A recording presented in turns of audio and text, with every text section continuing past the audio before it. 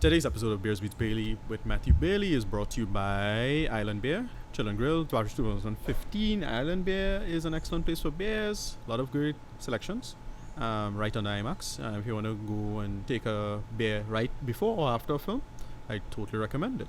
That's Island Beer, Chill and Grill, where you could chill and grill.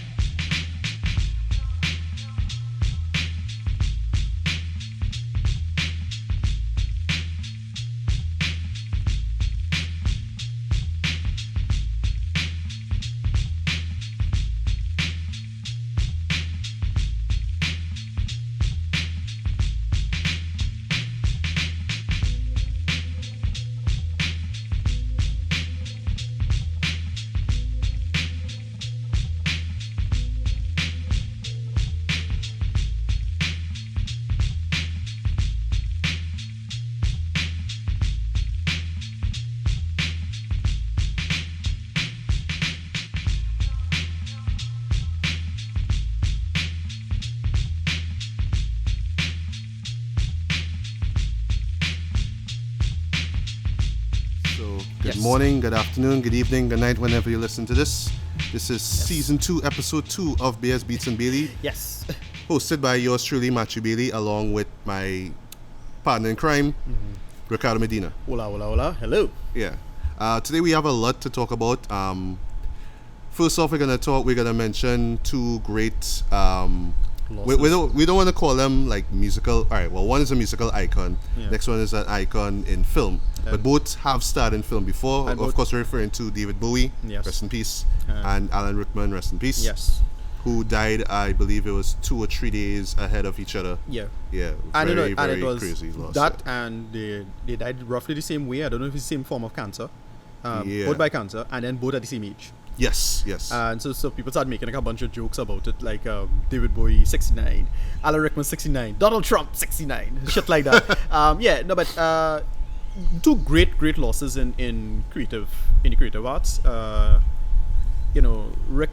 Rickman is, for many people, just such an iconic actor for generations, multiple generations, for Generation X, for Generation and for millennial generations, and the new generation. I don't know what you want to call everybody born after 2000. He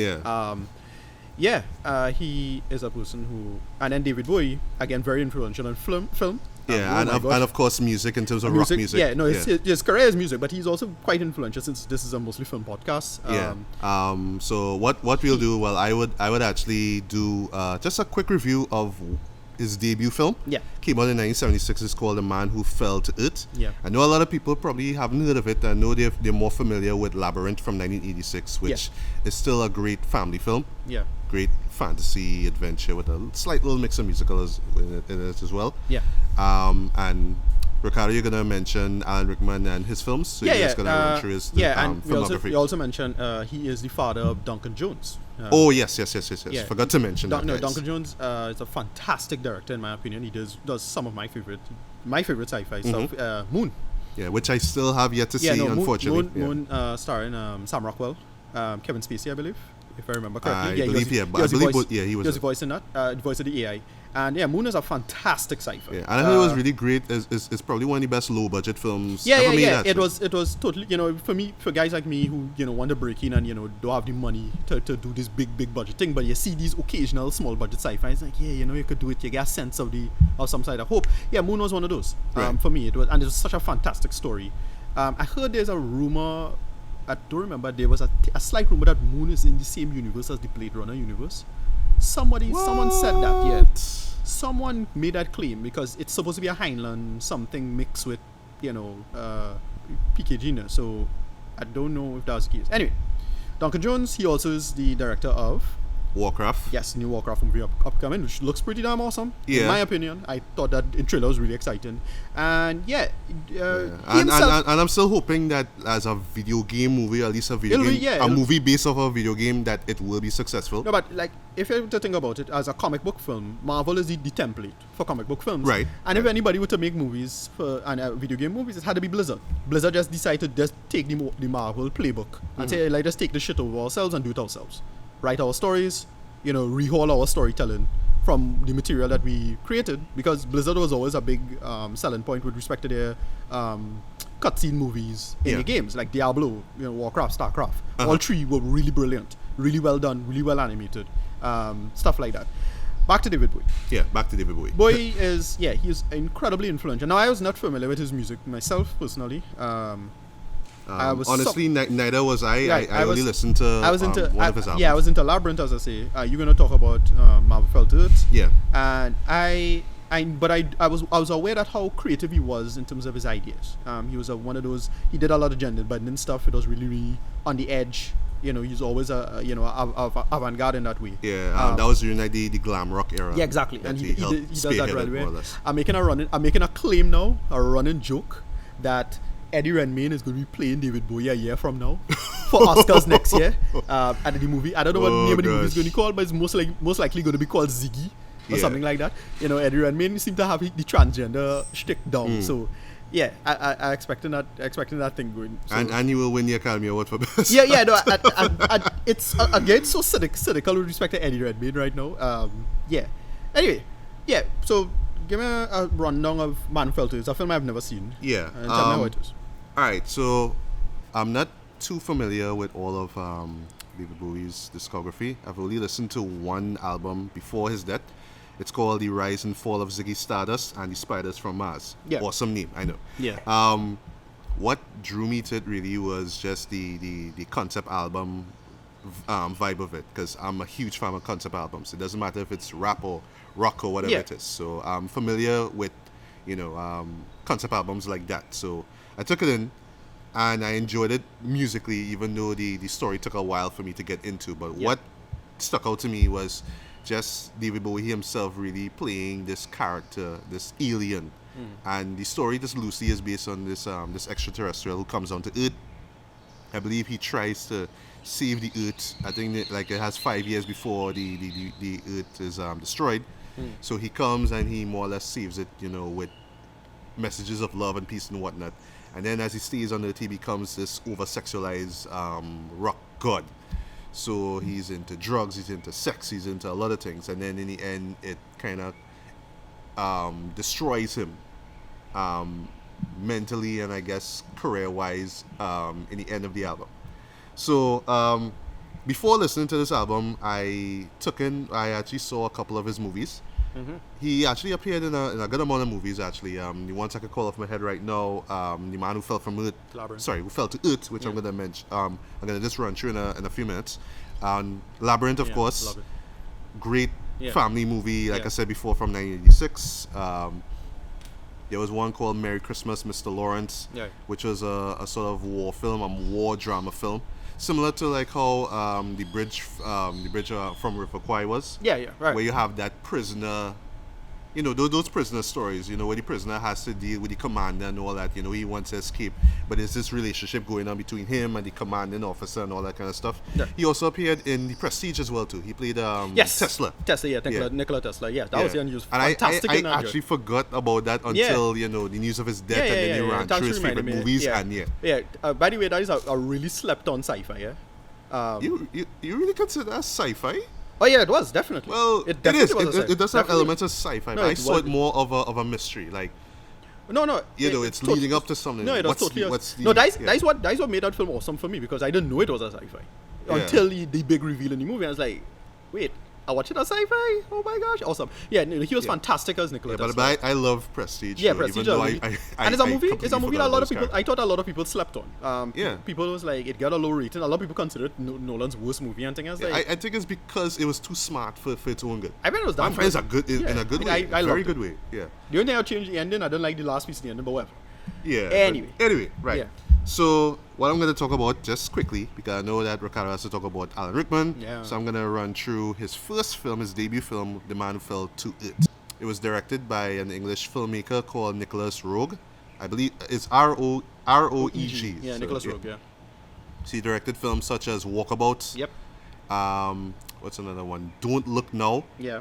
Which is not my favorite Nicholas Roeg film, but I know a lot of people put it as probably his best work in terms of just merging supernatural elements with, thriller and horror and stuff like that. Yeah.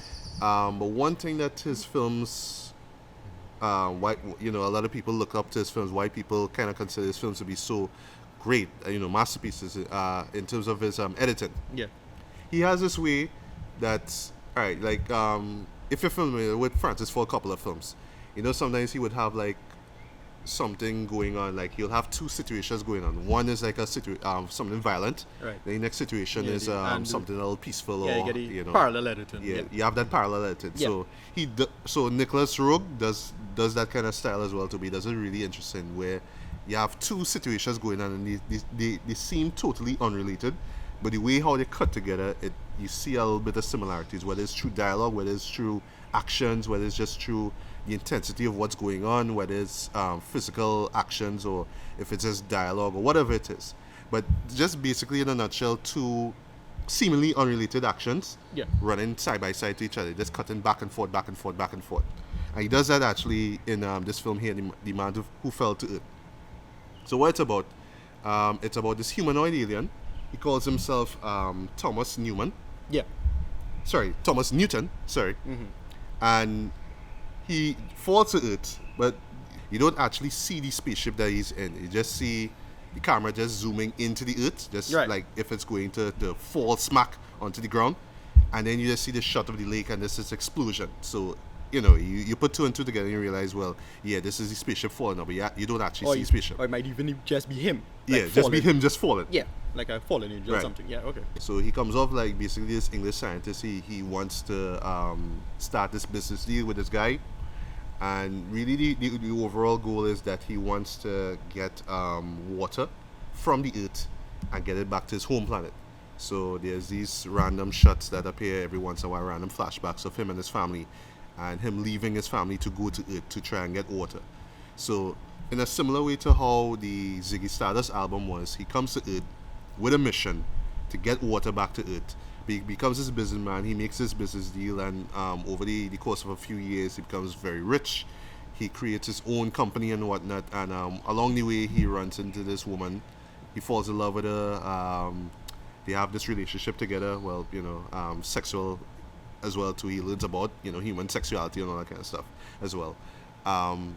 And throughout, it's just really about him just learning about just just about being human. Yeah, and then of course the trappings of being human, addictions and stuff. A film called Starman, you remember that? I am familiar with the film. I know it's based off of a comic book, I believe, DC Comics, I think. Yeah. But yeah, I think it follows along the same storyline, if I'm not mistaken. Right.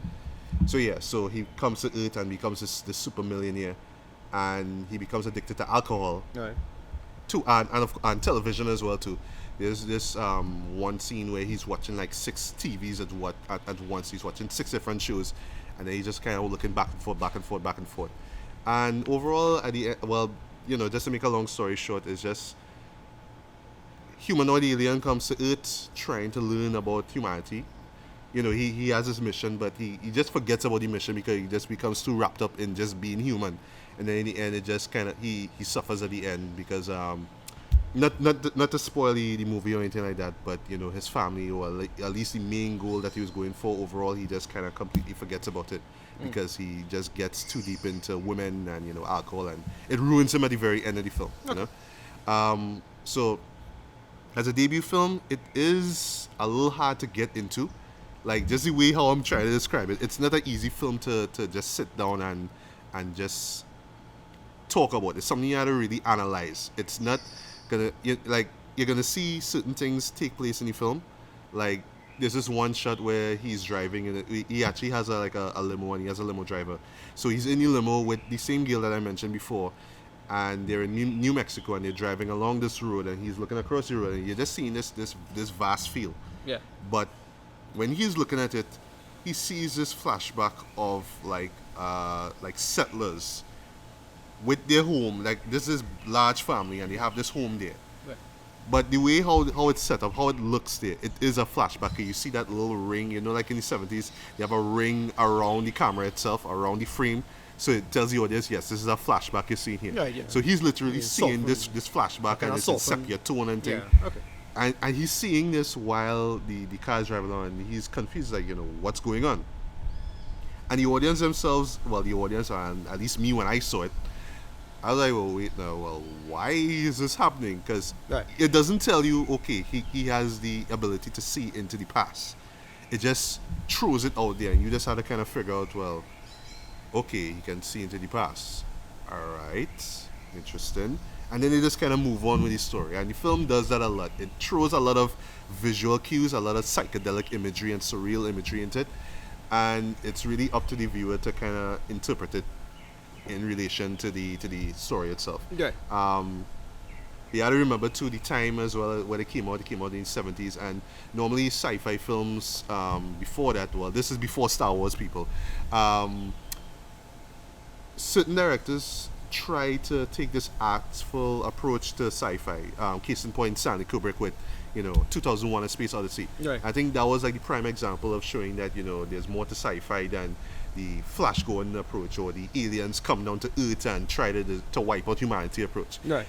There's art, there's depth. You could touch on just a human psyche. You could touch on just our place in the universe, but you could tell it in a different way, in an artful kind of way. Yeah.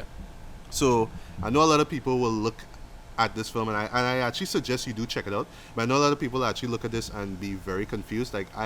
This was like the second time I saw it. I watched it last night before coming here, Right. and I was actually a little bit confused with certain things that take place. But it is art, so you have to kind of treat it that way. Right. So if the director or the writer, because it's actually based off of a novel, Right. if he had his take on what those sequences mean, then that's his point of view. But it's done in such a way that you could interpret it however you want to. It's challenging, and to me, it kind of bogs me down a bit because I kind of wish that I wish like I had an idea most times of what's going on, but you have to kind of understand in terms of just this character being in this new world and trying to make sense of things. And speaking of that character, David Bowie is fantastic in this role. He seems, although he plays this kind of sort of subdued character, he doesn't have a lot of lines, he doesn't have a lot of dialogue, but just what he does in terms of facial tics and just the way how he moves and the way he looks, you're sold immediately that this guy is not from planet Earth. And Yeah. I think that's a testament to just the character that he played in the 70s with this glam rock era, with Ziggy Stardust, him being this alien and him being this androgynous character as well too. Yeah. And the funny thing is, like, after the film, I did a little research on it. I realized that guy was on coke at that point in time. Like, right. during the production of the film, he was going through this whole cocaine binge, more or Right. less. Although you don't really see it on screen, he just kind of comes off like this sort of Right. awkward-ish kind of make it alien. work. Yeah, we make it work, yeah. It's kind of weird that he was high all the time. So you It get doesn't that show. alien feeling to everything. Yeah. Okay. But it is a fascinating film. It's not a film for everyone, but I do think because a lot of people are gonna be, or like for me, for example, are gonna try to listen to his entire discography, including Black Star, which Yeah. he brought out a few days before his, Yeah, which and he knew- was about death, Yeah, about him his life, acknowledging 'Cause his he knew, death. Yeah. Because his cancer was largely unknown to me. I didn't didn't even he know kept about that, He it. kept that really quiet, but he was Yeah. doing the art was about it. I suppose it's just his last little nod to the world. Yeah. Just and just talking about death, that reflexivity about death, which is very, Yeah. very sobering. And very bold as well too, Yeah. for somebody to come and just say, to dedicate a whole album to him dying or him acknowledging Yeah. the fact that yes, I'm gonna die and I have to be ready for it, whether I want to or not. Yeah. So with this film, it's basically a drama. It has sci-fi elements in it, but it's basically a drama, so you wouldn't get your action, you wouldn't get your dystopic stuff in it. But it's just really a thoughtful film, a meditative film. It's something to just really sit down and just let it take you over. It's an experience, more or less. Right. Even though narratively it could be all over the place, I do think it's more substance over style. But then again, I haven't read the book, so it's not like I could say, well, they took this out because X, Y, Z. Right. And yeah, as a 70s film, it shows it is very, very, very retro in terms of the music, in terms of like the choices, in terms of camera angles, in terms of just the music being used as well too. But I will say, if you are a huge fan of sci-fi films, if you're a fan of cult films, Yeah. if you like films that aren't your ordinary standard Hollywood flair, then I strongly suggest checking it out. Right. Even, and of course, if you're a fan of David Bowie, I highly suggest you do check out this movie. But you've probably seen it by now.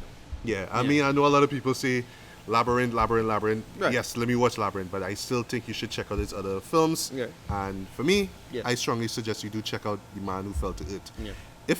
I think I should give it a rating. I might as well. Yeah. I would give it a light 3.5 out of 5. Right. It is worth checking out. Like I say, it's not for everybody. The tone of it, the pacing as well, the slow pace won't be for everyone. And just the way how the story is told, with the surrealism and stuff, might be for everyone's taste. Yeah. But just off of David Bowie's performance alone and just the overall tone of the film, the vibe of it, I still say check it Yeah. out as soon as you can. Yeah. So that's my take on The Man Who Fell to Earth. Yeah. So what's your what do you have to say about Alan Rickman? Yes, Mr. Hans no. Gruber. Yes, Alan Rickman. No, for a lot of people, in my opinion, he is a really great character actor, great British actor and Yes, thespian. yes. He up there with Patrick Stewart. He up there with other actors like. I thought you were gonna say like Laurence Olivier or something. No, like yeah, that. yeah, Like he's those on. Yeah, he's thespians. on. Yeah. Patrick Stewart. He's that group that I put him in. We call him Magneto. Ian McKellen. Ian McKellen. Yes. Yeah. Put him in that domain. And he is for many generations of filmgoers and fans of movies. Yeah, he is representative of certain characters. He was, for a lot of people, and it's a bit of a cliche. It ain't Christmas until he falls off Nakatomi building. He falls off Nakatomi building. Yeah. For a lot of people, it was that. That running joke. It's a little bit of a kind of a dumb cliche at this point, cultural cliche. But it ain't. Die Hard is the best Christmas movie. That stuff. I would say it's one of my all-time favorites. Yeah. But it was kind of his big breakout role in the United States for many people. But what I like about this character, though, like compared to other 80s villains and I guess 90s villains, like 90s villains, for example, like just recently I watched Bad Boys. Yeah. And the villain in that, I forgot the guy's name, but Yeah. I know he's European. Right. He's so not over the top, but he's basically a bully. He's basically Right. an asshole. He's always Yeah. like, we want the coca time, and he's waving his gun and he's barking orders and whatnot. Yeah. With Hans Gruber, with Alan Rickman's Because character, he's just calm and collected because all three, like at first you're thinking, he's just taking these people hostage at this building, and he's so calm about it. He's like, sit down. Yeah. You have until the count of 3 to give me the plans for the building. Yeah, that's damn. There won't be a 4. Yeah. You know what I mean? Like that damn kind of thing. intimidating. Yeah. And then later on the film, you realize that there's a bigger plan, there's a bigger plot to it. Yeah. And he's just going along the emotions, Yeah. and the audience watches like, there's something else about him, and then, What- okay, now I see what he's up to. Well, and one of the reasons why a lot of people love Die Hard and Rickman's character in particular, why it worked, is that the whole that whole quote unquote we overuse the term meta a bit, but it was meta in the sense that he's constantly making allusions to Americana, cowboy, insulting America, You're a cowboy, huh? right? Yeah, making all that. No and more then, riding off into the sunset. right, Huh? he constantly make references and jokes to that. He is one of those that, and then this guy. And also there's a really cool Americanized accent at that point in time. But Bruce Willis's character kind of embraced it, when defeated him. In the end of the day, he keep making cowboy jokes, and then the classic line, "Yippee-ki-yay, motherfucker. Right, it's a great joke, great little subversion of American media, that whole stuff with it. Yeah. But Rickman as his career, that was his big start. Yeah. For a lot of people, that was his thing. He was an iconic role as Hans Gruber, the Euro villain. Yes, the Euro villain. That running joke. We always make that. The other movie I know him from, it's kind of a shit movie, but I loved it at its time. This was Robin Hood with Kevin Costner. Prince of Thieves. Yes. You find it was shit? Actually, when I was young, I saw it when it first came out. Yeah, exactly. I want to confess that. I saw it when it first came out. I saw it in theaters as a too, kid. yeah. Loved it. Yeah. Loved it. Now, doesn't hold up so well. Watch it over the other day. I was like... kind of corny when you No, think it was of- terrible. Like I watched it over like two years ago. I remember watching Dogma, Right. and I was like, oh yeah, this totally don't live up at all, though. But as a kid, loved it. Yeah, although the song, everything I do it for you. Yeah. Yeah, that was his selling point. For Yeah. That's what everybody remember from it now. But the funniest thing is when the witch yells the painted man. That was what do you call him? From Batman. Oh gosh. Not Morgan Joker. Freeman. Morgan Freeman. Yes. He's when she sees Morgan Freeman, the painted man, that was Oh my hilarious. god! That was Oh, hilarious. right. No, I see what Yeah, that was you said. hilarious to me. Yeah. What was Alan Rickman's character? Yeah, I again? remember he was playing the sheriff of Nottingham. Right, Sheriff he was of a really, Nottingham, really great villain. He was again over the top, really selling it. And Kevin Costner, God, serviceable. Bless his He heart. got the girl in it. He got the girl. But bless his heart, Kevin Costner was never a good actor for me personally. So, he was. I thought he was overhyped, Yeah, no, especially with horrible. Bodyguard. Oh my god. But Kevin Costner's actor I never really liked all that much, frankly. But whatever. Yeah. He was in that. Loved him in that. Another movie I don't remember anything between these two films. But the movie that was iconic for me and when me coming of age was a little film by Kevin Smith called Dogma. Nice little cult film. Yes, Dogma. And he was the voice of God, the Metatron. And I loved him in that. Right. It was great. He was really funny and cynical in it. Really, really, telling the story, and he was quote unquote the voice of God, and then they explained why there's no real voice of God. Right. And that was actually a big plot device in the storyline. Funny as you mentioned the word cynical. Would you think like I haven't seen all of his films, but he always came off a little cynical with his characters. That's the whole point. Like Hans Gruber, Right. and I know you're gonna mention Harry Potter as well. Yeah, too. and the whole point of in Harry Potter, it's him hiding a lot of emotion on it. But because his American characters, as we know him, again, I don't know any of his theater work. No. Never actually see his plays in England or anything like that. But in America, it's the whole his is the British guy looking on American culture. Yes. And then just rolling his eyes Yeah. at that. And every time it's this, incredulous character, totally, smithified by whatever the situation is. And Right. his character is calm down, it ain't that great, selling it short. And in Dogma, it was that. It was his character being, well, it's God, but we know we're going through the motions and I have to solve this problem. And it's like basically janitor work. Yeah. Even though you're important and you're the chosen one or whatever that funniness is. And Dogma was an incredibly subversive film. Catholics hated it. It was very controversial. Yeah, Catholics hated it. One of the funniest things about Dogma, this is when I loved Kevin Smith, back when I loved him. I remember it had a bunch of people picketing the film, a bunch of Catholics picketing the film, and he was in the crowd. Oh, he was in the crowd. Oh my Picketing the god. film amongst them. I was like, wait, that is not the director of the movie. Like, but no one knew that. Yeah, but but it was I remember, because I haven't seen that film in ages actually. Yeah. I remember there was a little disclaimer at the beginning of the film, like, something to the point of, just paraphrasing here, don't take this lightly. It's just, even God has a sense of humor. Right, yeah. Come on, and I thought it was a great movie, really, really funny. Chris Rock was in it. He was the Ben Stiller. 13th apostle. Rufus. Ben Affleck and Matt Damon. They were fallen angels and they were trying to come back to heaven and stuff. Salma Hayek was in it. Grunt, a great character actor. I remember there was a shit monster in it. Yes, there was a the shit monster. The shit demon. The shit demon. Yeah. And then, we call him, who else was in it? I remember Alanis Morissette was in it. And right, Alanis. She was God. She was God, yeah. She was God in it. This guy was in it. Oh gosh, George Carlin was in it. Oh, really? Yeah, Okay. really, really funny role in it. No, it's a great movie, great subversive film. Who else was in this movie that I keep forgetting? Sorry, I'm thinking Somebody had a Clerks great, or one of these guys. Yeah, right. It was in the Jay and Silent Bob universe. Right. It was technically in the Clerks universe. So Right. almost all of Kevin Smith's movies Are is based in that the universe, same yeah. universe. So it's Clerks, Mallrats, Chasing Amy. Chasing Amy, right, and then Dogma, Yeah. and then like Jay and Silent Bob Strikes Back, Clerks 2, right, all of those films. Right. So it was Jay and Silent Bob when the movie they had a big part in it. It was really funny. One of my favorite lines is yo man, Davy's Goliath's on. Davy and Goliath's on. And the demon is like, we want to, well, it's not demon, he's a fallen angel, and he's like, we want to like have something more current. It did a lot of great jokes. Mhm. It's a really, really great movie. I love Yeah. that movie, and Alan Rickman was fantastic in it. Right. Another film I know him. I'm going to get to this. This Yeah. is one of the best Star Trek fan films you'll ever see, a movie called Galaxy Quest.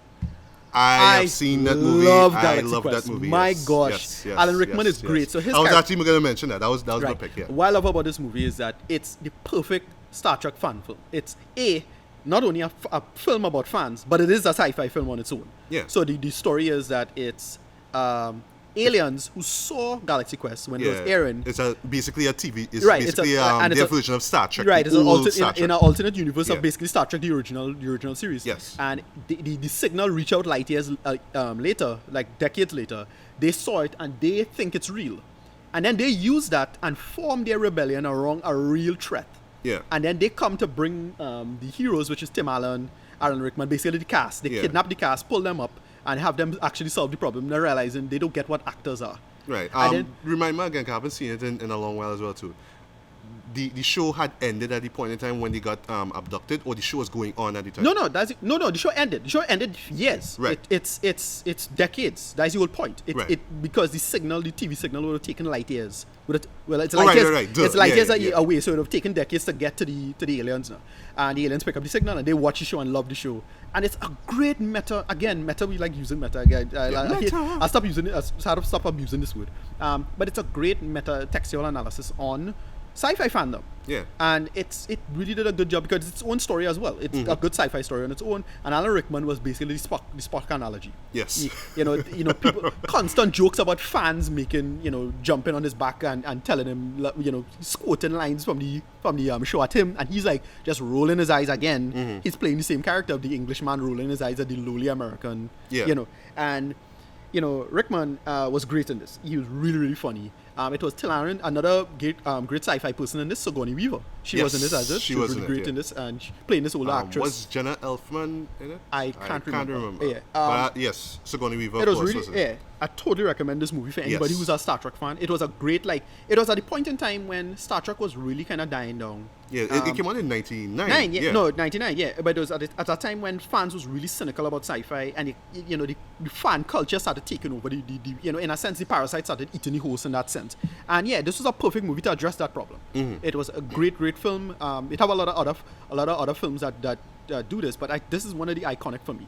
Love this movie. Yeah. And Alan Rickman was great in it. It's really, really funny what his role was and what he represented. Right. And he was basically he wasn't as cynical as say what Leonard Nimoy was. Leonard Nimoy to actual Star Trek fans. But I got the sense that he was representing that really well. Because I don't think Nimoy was that Cynical. not cynical, but just I want to say venomous. To his fans. Because a lot of sci-fi actors really kind of do that. It's like, I'm above this, don't talk to me, that kind of thing. His character was like totally like that. But it was great. It was so I recommend that movie to people. Right. Next movie, well, probably for the modern generation, The Harry Potter Potter series. franchise. Yes, played Severus Snape. He is Severus Snape. Yeah, he is. You He is. can't get around that. Sorry to The say. look. You the look, feel- because mannerisms. if you go back yeah. and read the books now, it's like, you just hear an Alan Rickman voice. Sorry to say, that's it. He played a fantastic role in it. He was totally menacing. Yeah. Totally this ass-hattery teacher, but ultimately you found out he's kind of the good guy. Yeah, and he was a but great I good like guy. that about him. He's just like that no-nonsense kind of character. Yeah. Like, no. Yeah. Don't even try that shit with me. Yeah. You go to your room or Yeah. you go to your class and do And everybody started making a bunch of people make jokes about it from here. And if anybody know the running joke on the internet, Wingardium Leviosa, Wingardium. I am not familiar with that. Right, it's What there's is this guy on YouTube, Oni Cartoons, I think his name, Onision. I think it's the Uh-huh. guy who made that cartoon. I think that's his name, Oni Cartoons, and he has a really, really funny animation. Oh, Wingardium Leviosa! Stop it, Rod! Stop it! It's really, really funny. Totally recommend watching that. And that's a reference to Harry Potter. to Snape and how he talks. or Yes, something? it's making fun of that. And it's Okay.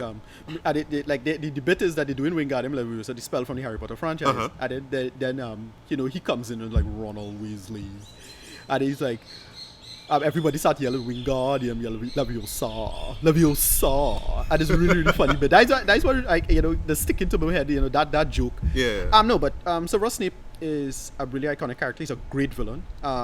If you're familiar with the Villain or anti-hero? right, he does that. Yeah. But I'm about to get to that, where it's set up as if he's a villain. But if you were to compare him to, there's another character I like from the Naruto franchise. There's a character called Itachi, where you swear he's a villain up until a certain point, and then you realize, wait, he's the greatest character of all. He's the great sacrifice. He's the Dark Knight in a sense. He's, Yes. he takes the hit for everybody. Holy shit! And such a great sacrifice and such a great, well-written character. So for Snape was that. he was that used protecting Harry the entire time. It's spoilers for Harry Potter.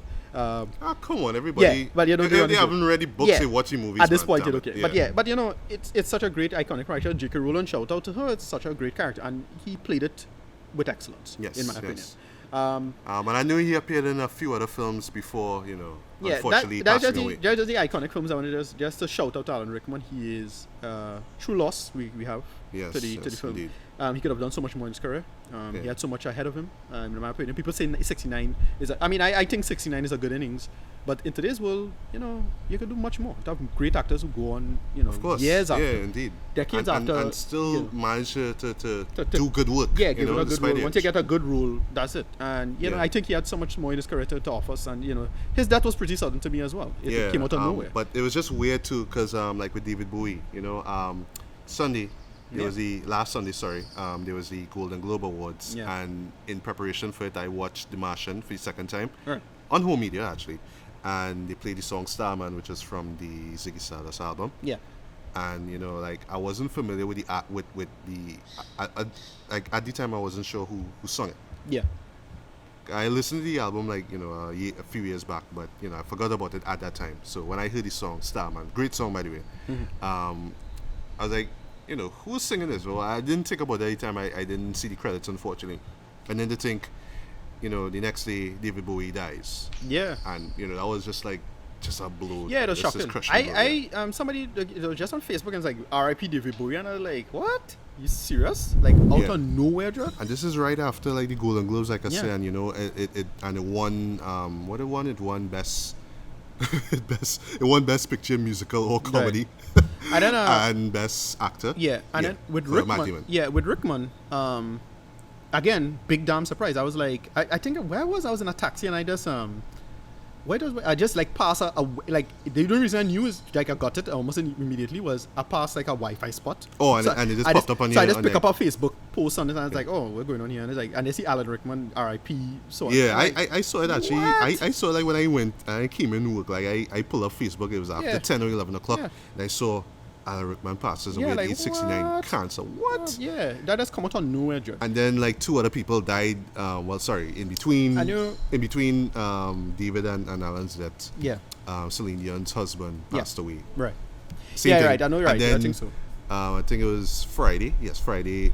Dan Haggerty from Grizzly Adams, who played Grizzly Adams, passed away. Same thing, cancer. Yeah.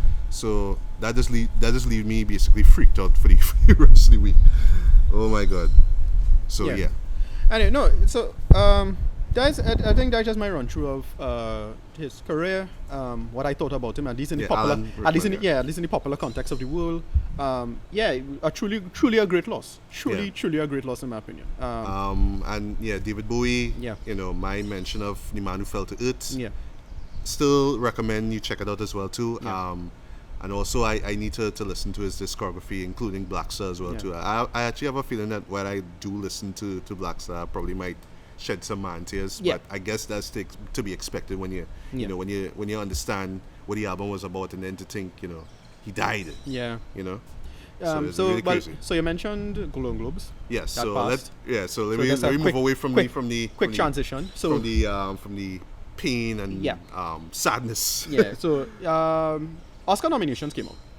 Yes. So usually Golden Globes is a kind of a, you know, the thing with Golden Globes for me and the relationship with Oscars, most times on average it tends to be a great correlation with an Oscar win. So if a Golden Globe win, you tend to have an Oscar win. But sometimes you have movies that sweep the Golden Globes and then completely don't make a note in Oscars. Like it's like American Hustle. American Hustle. Case in point. Perfect example of that. Now, a lot of people have a massive love-hate relationship for David Russell.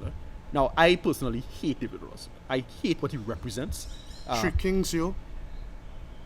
No, Three Kings, yo. Yeah, no. Dude, if you hate Silver Linings Playbook or Joy, I haven't seen Joy yet. No, or American Hustle. Yeah. Three Kings, dude.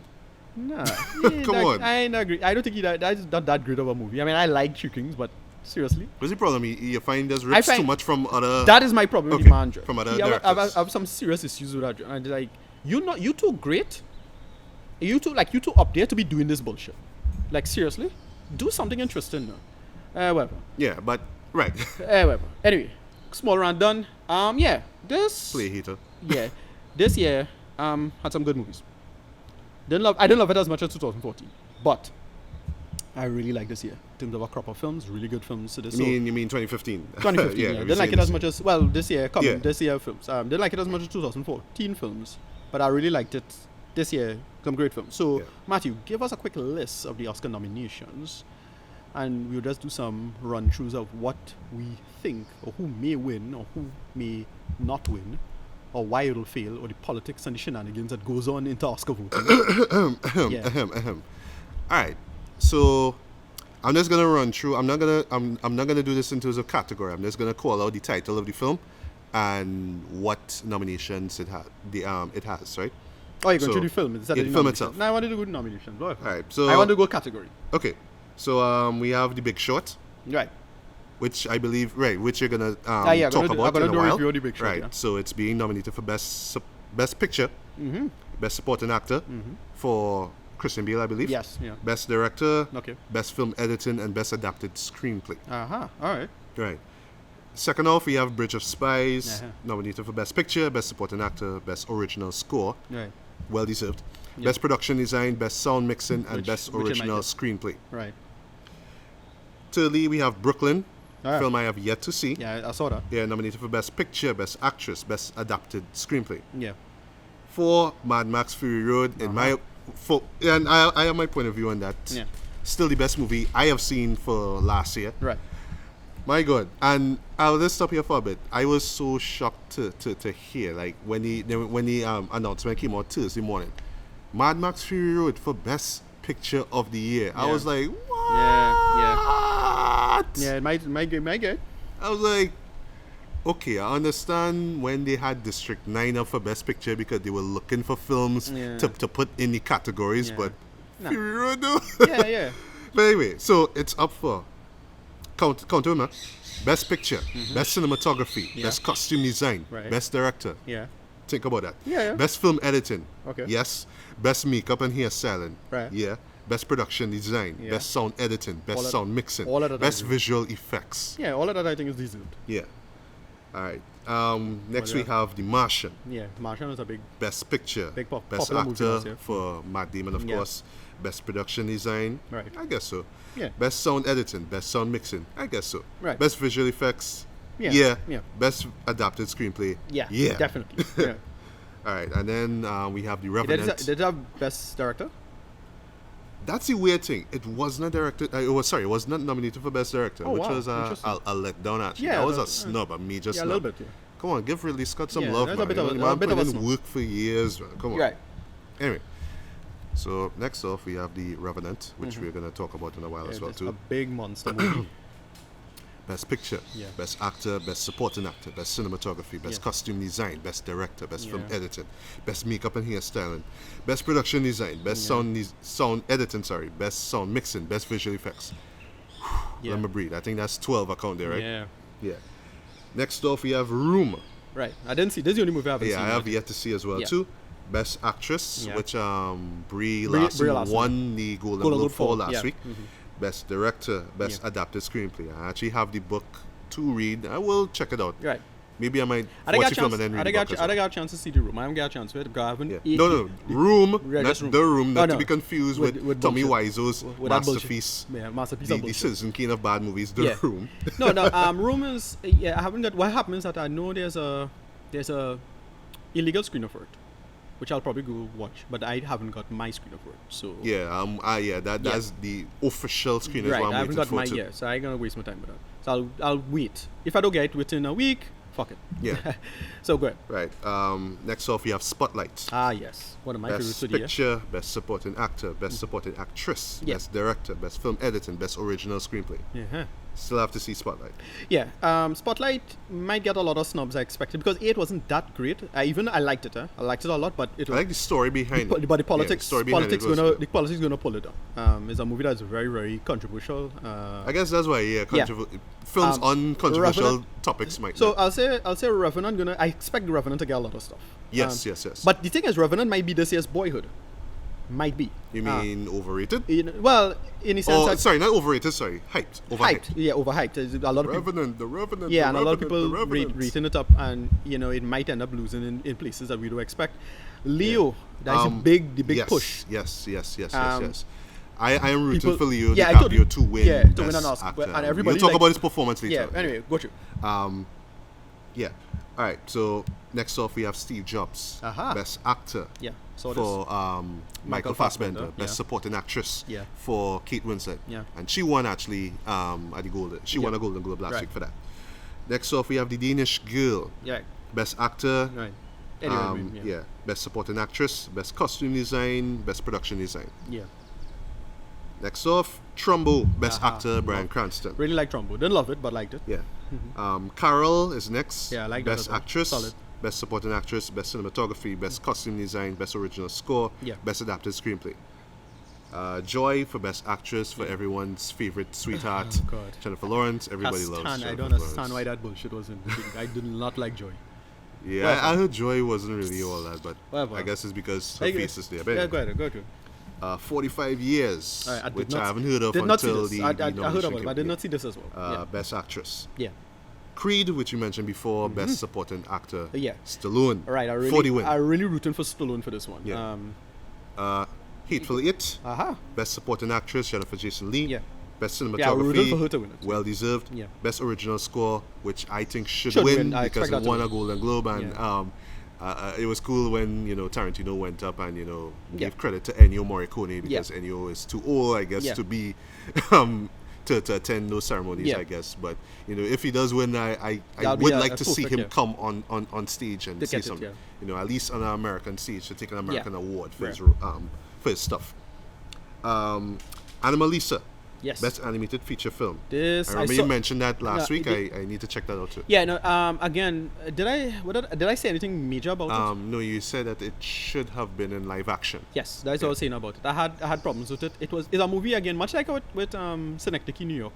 It's a film that you have to watch over to appreciate it. Yeah. Like I remember watching Synecdoche, New York the first time around, kind of liked it, and then I started people say, all right, I started saying, okay, it helps something. People like this too much. Let's let me see what this movie about. Yeah. And yeah, Synecdoche, New York is a brilliant movie. It's like a genius film.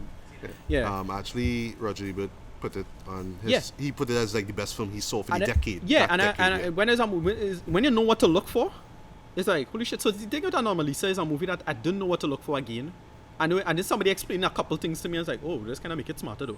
Right. I was kind of disappointed with it, frankly. Alright, but it being animated, does it add anything to it? I don't get how it does. Say Week in Life, that Right, Richard exactly. Linklater, That I was thinking Linklater, about.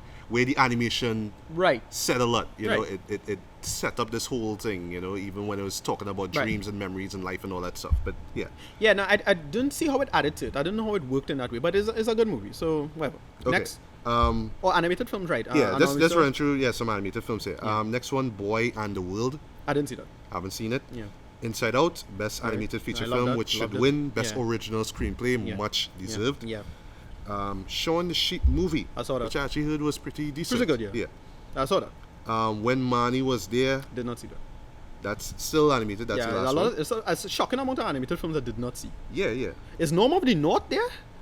No. No, yeah, that bullshit. I Of course actually it's heard, not yes, there. it That was bullshit. That I going heard get Razzie. And Yeah, even that though I is think gonna get Razzies is a kind of annoying culture, yeah, gonna get fucking Razzie. Nah, That but we movie is- need Razzies, I guess. Yeah, no. All this Listen, funny, normally the not- categories that they have there. Normally though. not had no business existing. Whatever, Yeah. got you. And then Alright. have a movie that shouldn't be there, in my opinion. This is Good Dinosaur there? No. Right. Thank No, you. thank goodness. Yeah. One of your favorite films from 2015, Sicario, is up Yes. for Best Cinematography. Yes. Roger Deakins for the win. Yes, he was very good. Best in this original score. Love that score. It was Yeah. so dark and grim and Yeah. Yeah. and best sound editing. Yeah. Yeah, Yeah. I guess so. I give it that. No Yeah. problem. Yeah, Alright. the occasional stabs and gunshots. Yeah. and Well, I just think Chokes gunshots and- really. There's more gunshots and how loud they sound. But getting anyway, choke out. yeah. Cinderella for best costume design. Yes. Haven't It- seen no, Cinderella. I heard actually Cinderella was alright. really enjoyed that movie. Okay. I didn't expect to enjoy it so much. It really worked. Because Disney, the thing with Disney right now is that there's a total binge day on right now, which is this live action remix of their classics. Yeah, I would like to see a remake of all of that shit. Or either do that or you do alternate reality Miltonian spin to it, like what they did with Maleficent, Uh-huh. where they made her the good, even though she's the villain, they just spin her as a good guy. Yeah. Like do that with Jafar or something. Like I waited to see something like that. You know, I've had people who made fantastic arguments of why Jafar is like the hero of Aladdin and all them. Yeah, and like excellent It arguments. doesn't look. Yeah, but that's heroic, though. the same thing with Maleficent. You spin Yeah. it in a way that you can make it work. Yeah. And speaking of which, we actually gained Jungle Book this year. Yes. Trailer looks good, but just Right. way too heavy on CG. But that's Right. that's my take. Anyway, next off we have Amy, best documentary feature. Right. That's one I've been Yeah, I saw that. I've been trying to see for months on Yeah. end. But Oscars are coming up, The so I'm sequel, actually gonna check shit, out all what was this. the movie? Okay, you know, forget the name of this movie.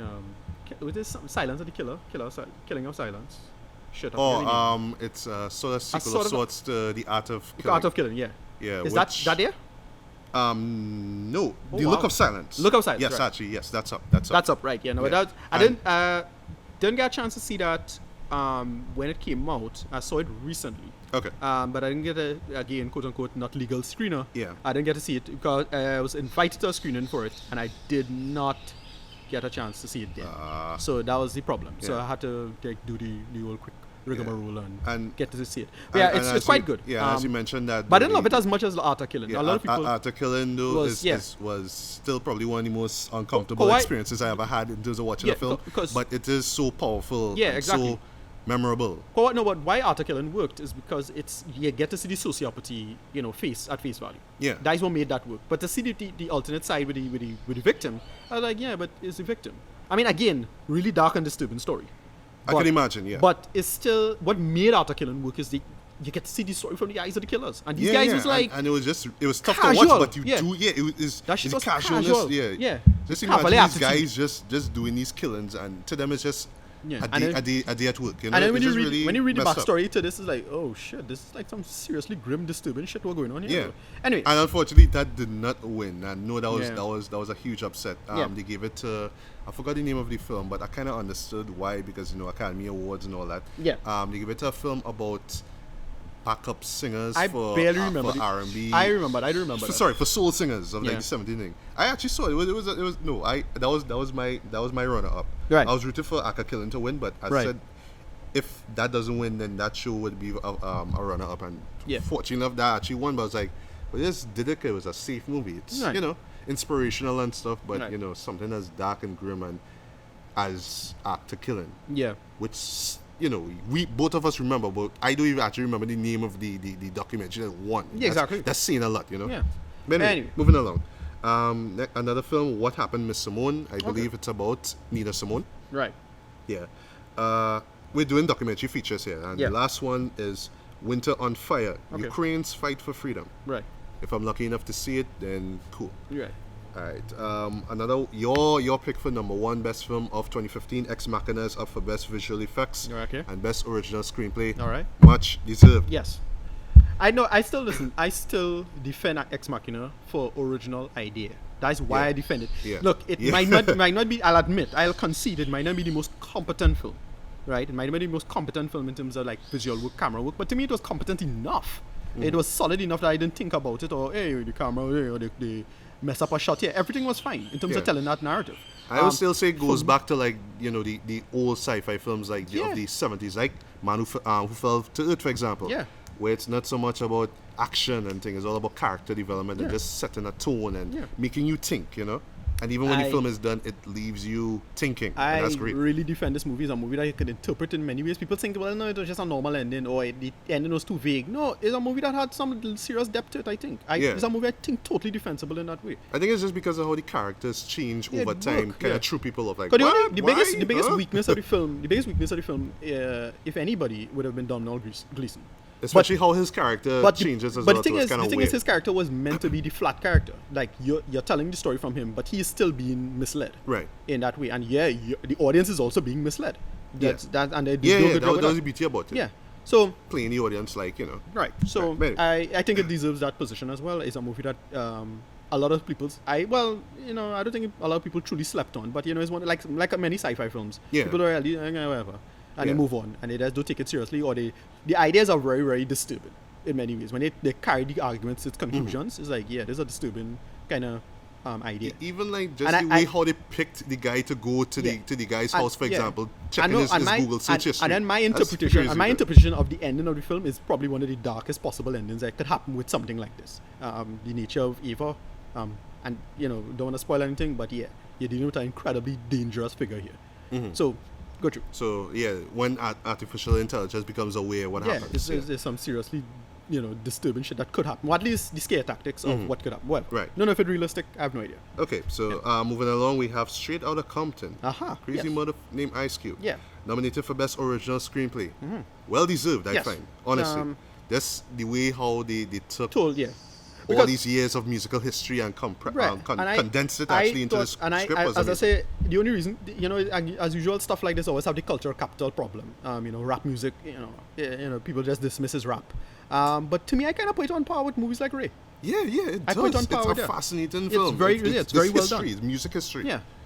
I thought it's really well done. It still falls into the usual traps of a music biopic, Of in my course, opinion. yeah. But it was Band still breaks up, they come back right, together, yeah, all that same, stuff. Yeah, same stuff. But that is music biopics. That is music history. That is Of course, almost every. that That tends to be the nature of the type of personalities in musicians, like Yeah. across the board, especially in popular music. So yeah, All right. Your film that you didn't really like that much, but I understand why. Star Wars: The Force Awakens. Okay. Best film editing. Right. I guess so. Okay. Best original score. Okay. Best sound editing. all right, yeah, well, Obvious. yeah, space Best stuff. sound mixing. Obvious. Right. Best visual effects. Obvious. Okay, One that I haven't heard of. It's actually one in two films that were nominated for Best Makeup and Hairstyling.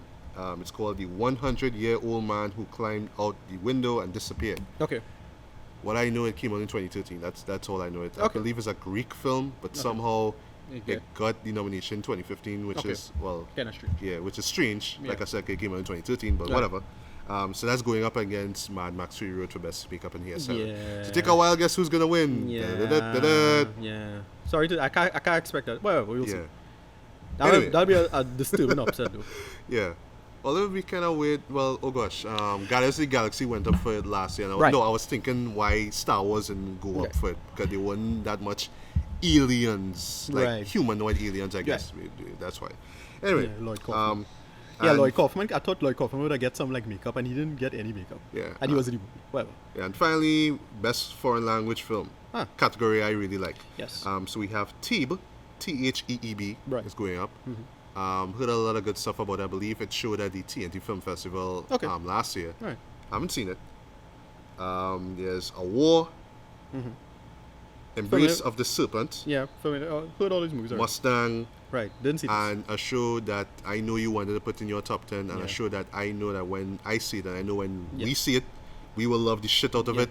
Son of Soul. Son of Soul. Yeah. Yeah. A lot of hype. So yeah, I expect that So- to win personally. Here's the thing. So Right, we so go- thoughts on Yeah. the nominations. Right. So again, we're going to talk about this in my review of Big Short? Big Short. And Christian Revenant, Bale's yeah. nomination. Christian Yeah. Bale he played a really great subtle role Right. in this movie. What else? I think Let me just talk in terms of like category, and then we can Right. just ramble on. So how about like best picture then? Best Picture. I still can't believe, first off, Mad Max Fury Road. I can't believe Right. that we live in a day and age Yeah. that a clear throwback to 80s cult film, Yeah. don't give a shit action-packed cinema would be nominated for so much awards, including best director Yeah. and best film. That Yeah. is amazing. Yeah. I mean, I love the film. I still think it's the best movie of that year. It's still weirdly overrated Yeah. and overhyped. Yeah. And of course, I don't see it winning Best Picture, but just the fact that it made it to that level Yeah. is nothing short of amazing, at least in my opinion. The big elephant in the room is Revenant. Yes. Revenant, in my opinion, is this year's Gravity. Yeah. I'm comparing it to Gravity in that way, which is technically very impressive. And funny you should mention that too, because Super the same sim- editor Yeah. Yeah. and same Right. same editor and same cinematographer Yeah, right. worked on that. Super simple story, but brilliant technically. And then, Coron, one of Inarritu's amigo, is one of the three amigos. Yeah. So there's that connection, the Mexican connection going on there. Yeah, and I also expect it to too, I win think us- a lot of people will gravitate, get it, gravitate, Yeah. too much on the style of the film, just like Right. like Gravity. It's Yeah. all about the style of it, Right. the style of it. Same But with I- Revenant, always about the style and Yeah. how it looks. But as I opposed still, to the substance, and which is a lot of. I still really enjoyed this about as much as Gravity, in the sense that, well, it's a simple story. It is. But what made this work is that it's grimy. Very, Yeah. very grim. You remember a movie? Holy shit! There's a movie that it reminded me of a little bit. God, it's a really old. I think it's 1976. The Aguirre, The Wrath of God. Have you ever seen that movie? I have seen it. It's one of Yes. my favorite movies Yes. of all time. I love that. That's movie. what That's one of his. that's how I used to masterpieces. think. That reminded me. I made that connection in my head for some reason. I don't know why. What you mean, director having a vision and taking his Yeah. cast and, And crew just- out in the and- wilderness yeah, and and just not giving up and saying, just "Dude, raw- we want this shot. Yeah, just want this shot." raw manliness movie. Yeah, and as you mentioned that well, just quick little mention before we actually get to Revenant review. There's a shot, one of the early shots in the film of like the river, just a simple shot of water flowing, Yeah. and that's where you see the text for the Revenant title, right? Yeah.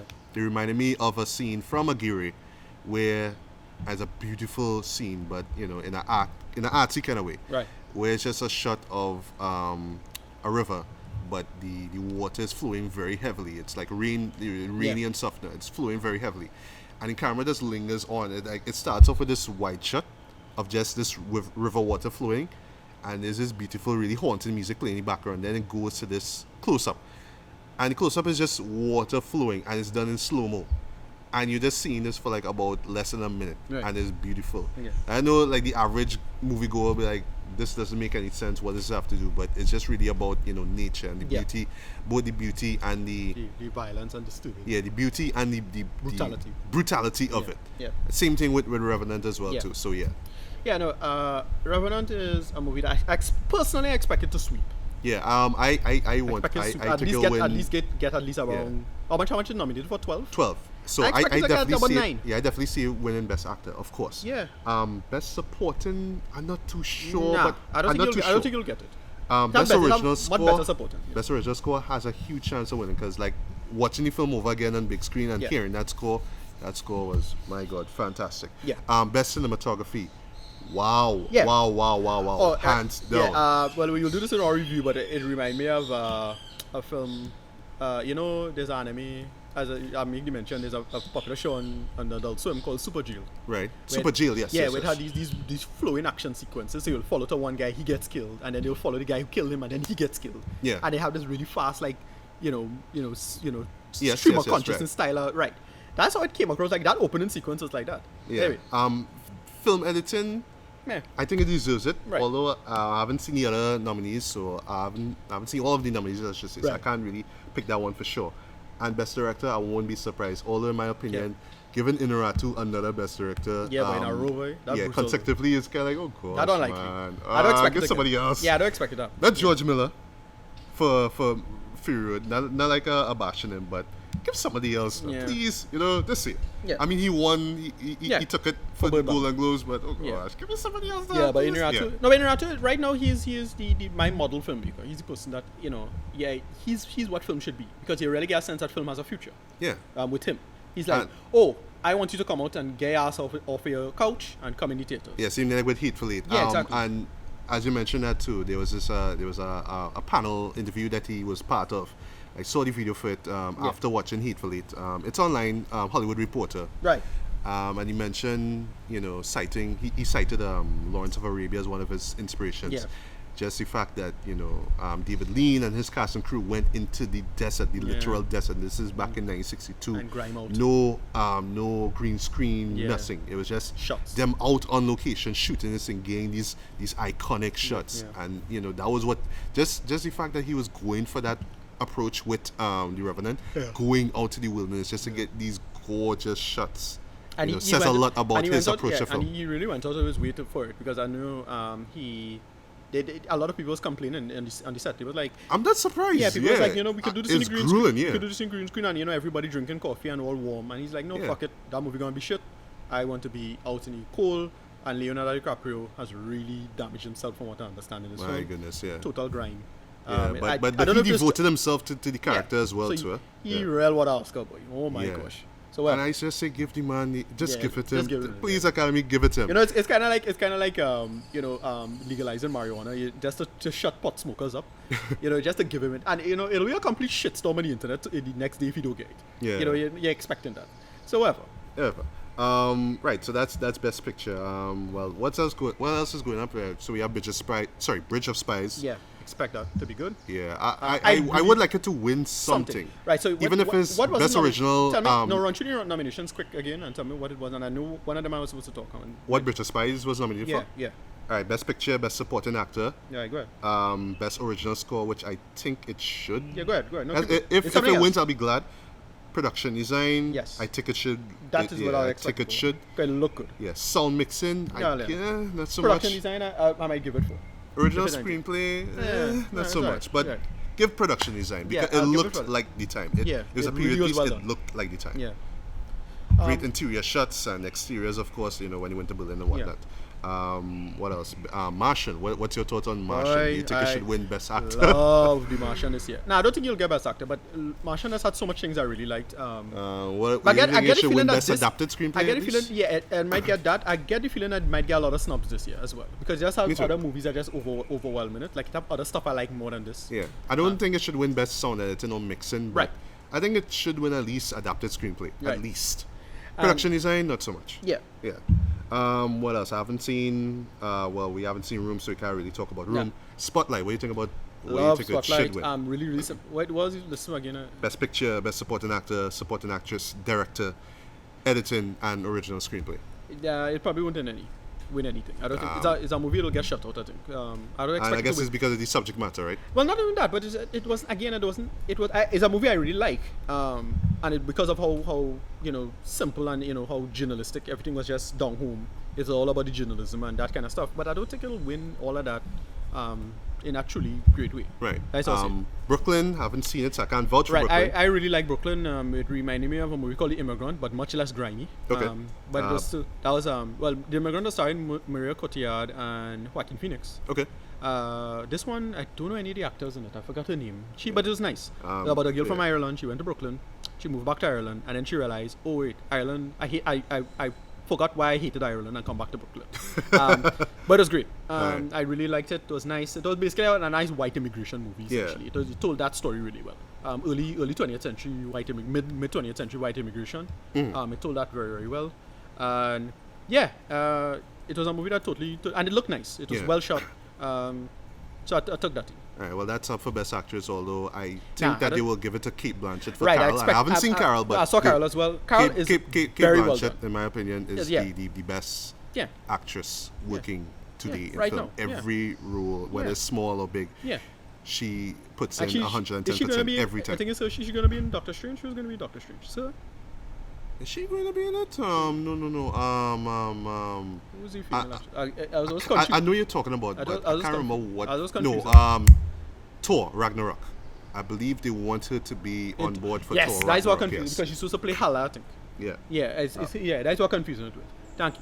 Yeah. Creed, Best Supporting Actor. Oh gosh, hands down. Stallone. Really rooting I want more for Stallone. Yeah, no, I'm really rooting for Sylvester Stallone for this one. He brought so very good much in this movie, warmth and depth to that character. Yeah, and he does. He's been playing it for years. It's obvious, but it's a perfect wrap up to the Rocky characters. And what makes it great though is that back in 1977 when it went up and it won for Best Picture, he was nominated for Best Actor. He didn't win. I know all these years later he's gonna play the same character. He played the same character, and it'd be so great if he wins that time. It's like, that's the perfect way. I don't know if he's really going to retire after this. Yeah. But I know he's done with Rambo for good. Thank goodness. I really hope he's done with Expendables. He should end the Expendables. I don't think we're gonna. I'm not sure if we're gonna get a Creed sequel. I heard we might get. I heard they have some plans for it, and so it wouldn't be a surprise if they do it. I would actually like to. What I would like to see is if they do a Creed sequel and then they tell like a deeper story between Rocky and Apollo. So we get to see that young. They do a CG thing. So you get to see young Apollo and young Rocky. Oh, you mean to fill in the blanks between 3 and 4 then? Right, or do something like that, and you get to see him. It's still called Creed, so it's still the son having to come to terms with the nature of the father, and the father died, and right. all but that. At least you could see from the father's perspective what was going on. And do something better with that. Like, who was we never see his mother. Do something more with it. So, in other words, explore Apollo Creed. No, right, but you're exploring Adonis as well. Yeah, and that's history, and then do a better story. We could see. A good script could make it work. Look again. I don't hate Creed by any stretch of the imagination. It's just I had a problem with the fact that it was just too much like Rocky. Understand. Right, and that was my only plus issue. points and all that. Yeah. But yeah, it was a Yeah. really well done movie. I watched it over there last night actually, and I was like, yeah, this movie is damn good though. Mm-hmm. I loved it. It's top Yeah. 10 for me. Yeah. What else? Hateful Eight. I am rooting for that to win Best Original Score. Right. Ennio Morricone. Wait, Come on. did I get nominated for Best Original Screenplay? Ironically, no. Oh, wow, that's unusual. I don't think that I thought you Tarantino would've is that beat pissed up. off about it. Right. I mean, he won already for Django, so Right. whatever he does. Yeah, Django got nominated, and Yeah. to me this was better written than Django in many ways. So I really don't think it should win Best Supporting Actress. I do give credit where credit is due for Jennifer Jason Leigh Yeah, performance. really but good in this. if she wins, great. But no, but I don't know anybody above her. Who's better than her in thing? You find Rooney Mara. I didn't think that girl was good in Carol. Mara. Yeah, there was Carol. There Nah. was Kate Winslet for Steve Jobs. Nah. There was a Danish girl, which, Nah. like I said, I haven't That's seen. the same girl from Ex Machina. Oh, okay. Yeah, okay, right. Alicia Vikander, I think his name. All right. Yeah. Nah, I can't say though. I can't say. Nah, I think. And there was Spotlight as well too. Right. Nah, she wasn't that good in it. Who was he? Oh shit! That girl from True Detective. Uh, True Detective season 2. Jeez, I'm forgetting names now. Yeah. Go check. But I know you're talking about. Yeah, I know you're talking about. No, check the list. Just. No, it's not there. Why I just have like the, Oh, the okay. title. and Shit. it, What's but- her name? Boy. Anyway, it'll come to me. Yeah. Anyway. Alright, what else? But yeah, Best Original Score, I'm rooting for that Yeah. to win. Cinematography, Yeah. great cinematography, but it can't touch Revenant. Yeah. Sorry. Yeah, it's cool, but Yeah. it has nothing compared to what Yeah. was done for Revenant. Now, Revenant was really impressive in that way. I mean, it's like wow, the attacks and Yeah. awesomeness. I think Amy will win Best Documentary Feature just because it's about Amy Winehouse. Right. Although Yeah. Look of Silence, I guess, could win just because of this, the content and just Yeah. the fact that it's coming off of Yeah. the act of killing. Yeah. So maybe Look of Silence might Get something. make up for that loss, Yeah, right. but who knows? Inside Out for sure for Best Animated. And normally, they say the sad part is that because the nature of animation, they put in animation in one place, but Anomalisa is not in the same category as Inside Out in terms of the same kind of film. They call it animated films, but wow, they talk about two different movies, boy. Yeah. Jeez, boy. Anomalisa have some like cunniling or something, and it's like, are you serious? Yeah. Wow, this is totally adult. It's like a totally different beast. Yeah, Anyway, well, but anyway, what else? Best costume design, Yeah. I would root for Mad Max. Fury Road. Mad Max, yeah. Same thing for hairstyle Yeah. and makeup and hairstyle. Yeah, that's, all that's that stuff obvious. is Mad Max, yeah. Sound editing and sound mixing for me, Fury Road. Right. Yeah. Just the way how the well, I mean, in comparison to the music, of course, but just Yeah. how the sounds work together and how it's mixed together and all that kind of stuff, and how it got you into Yeah. this world was Yeah. incredible. Well, all right. Well, I know Star Wars is up for Yeah. for those same two No, categories. I'm not surprised but because Star Wars is I still think very it well might be made. a you know. shoe in if it wins. If it's like Yeah. if it wins for I- mixing and be like, well, I don't want it to win anything, frankly, but well. yeah. You don't make your billions. Keep that. I know, we had to talk about like there's the nature of the Oscars, and a lot of people like to Yeah. dismiss Oscars. But before we get to that, just a few more things. Foreign language, Son of Saul, even though we haven't Right. seen it. Right. Best Expert. original screenplay is a little tricky. Right. I don't know. I know you might say Ex Machina. I No, I won't just say have my straight out I of just Compton. have my rooting for because I don't know what'll win. Frankly, with that one, I really don't know what'll win. Yeah, I'm not too sure with that. Right. It could But the be thing is- Bridge of Spies. Here's the I thing, don't know, all the could be. original. I noticed a lot of the big sci-fi is pushing on the original screenplay because her won when Yes, it came yes. out. I remember that one. I like, was actually surprised it won. no, though. I totally called that. I was like, Yeah. I'm not gonna win best movie or anything like that, but you're gonna win best original screenplay. Yeah. Because And then when I it was thought so about it well after written. one, I Yeah. was like, well, yeah, It totally does deserves deserve it. it. Yeah. I really like what Ex But Machina one was thing, what I smart. really love about that script though is like it took the concept of what if a human being falls in love with artificial intelligence and just asks all these questions. Like it's like say you're pitching the idea. You're just thinking about the idea Yeah. out loud, and it tries to answer all No, these yeah, questions in this one film. It carried it to its logical conclusion Yeah, really, what really if, well. And what it if, did what that if, good. what if, And what it if? is the type of person that would do that. Yeah. And they got into that, and they got into, well, the actual nature of love and all that stuff. It was a Yeah, great yeah, movie. yeah, it was. I totally accepted it as a I knew it would have won, and I called it totally, and that was my picks. Right. Yeah, we forgot to mention best original song. Right. All right. I do know that Earned It from the Weekend is going up. Okay. I believe That, the other song from Love Me Like You Do Right. is up for as well too. And funny thing is, a song that Lady Gaga sung. I forgot for what movie is up as well too. Okay. And that's funny because that's riding off of the Golden Globe win that Right, she got last week for American Horror Story Hotel, which I haven't seen yet. I'm a fan of American Horror Story, by the way, but I haven't seen Hotel as yet, so I can't vouch for her it's a show I never got into, frankly. So you should. Okay. Although they really try to push the horror envelope a lot, it's just like we're just going out of our way to just freak this shit out here. That's the approach, but to me it works. Right. And yeah, speaking of Lady Gaga though, and her and Leo DiCaprio and all that kind of stuff. that was funny though. That's how she, like, if it was intentional, that's how she bounced into him. Oh, she pinched him or something like that. Didn't pinch him, just walked and kind of nudged him, and he was kind of like smiling, like almost like he was laughing at her, like, Lady Gaga, going up a Golden Globe. Right. And yeah, she was like, what the fuck? What? Right. You know? Okay. Yeah, but best song, I really don't care. Actually, I haven't heard that great song. Right. The nominees, I don't know. Doesn't do anything for me. There's no lose yourself. There's no no big songs that stood out. The song I Fight You Fight on the Rocky soundtrack was that, yeah? No. Sorry, not Rocky, but the Creed song. Creed, no. Yeah. Okay. Yeah, just for I love that song. Yeah, I love that song. I love that song. Because I watched over the movie, I was just whistling that the whole morning this morning. So yeah. Anyway. So yeah, let me just talk about the politics of so a lot of people, when you have a shitty win, a win that a lot of people don't like, a lot of people just yell out, well, Oscars don't matter. And Oscars suck, Yeah, and then another problem is that, and this is something I want to talk about. I getting real tired, and this is what the whole thing with the whole remake culture. Stop riding old people's dick. Oh, I see where you're getting at. What I mean by that is that, we stand again real tired of that. Look, I love Trumbo, but that movie's a total talking about the past. Because if you watch Trumbo and you know what's about, it's like, it's just about a struggle that is, in many ways, still somewhat relevant, but largely not relevant anymore.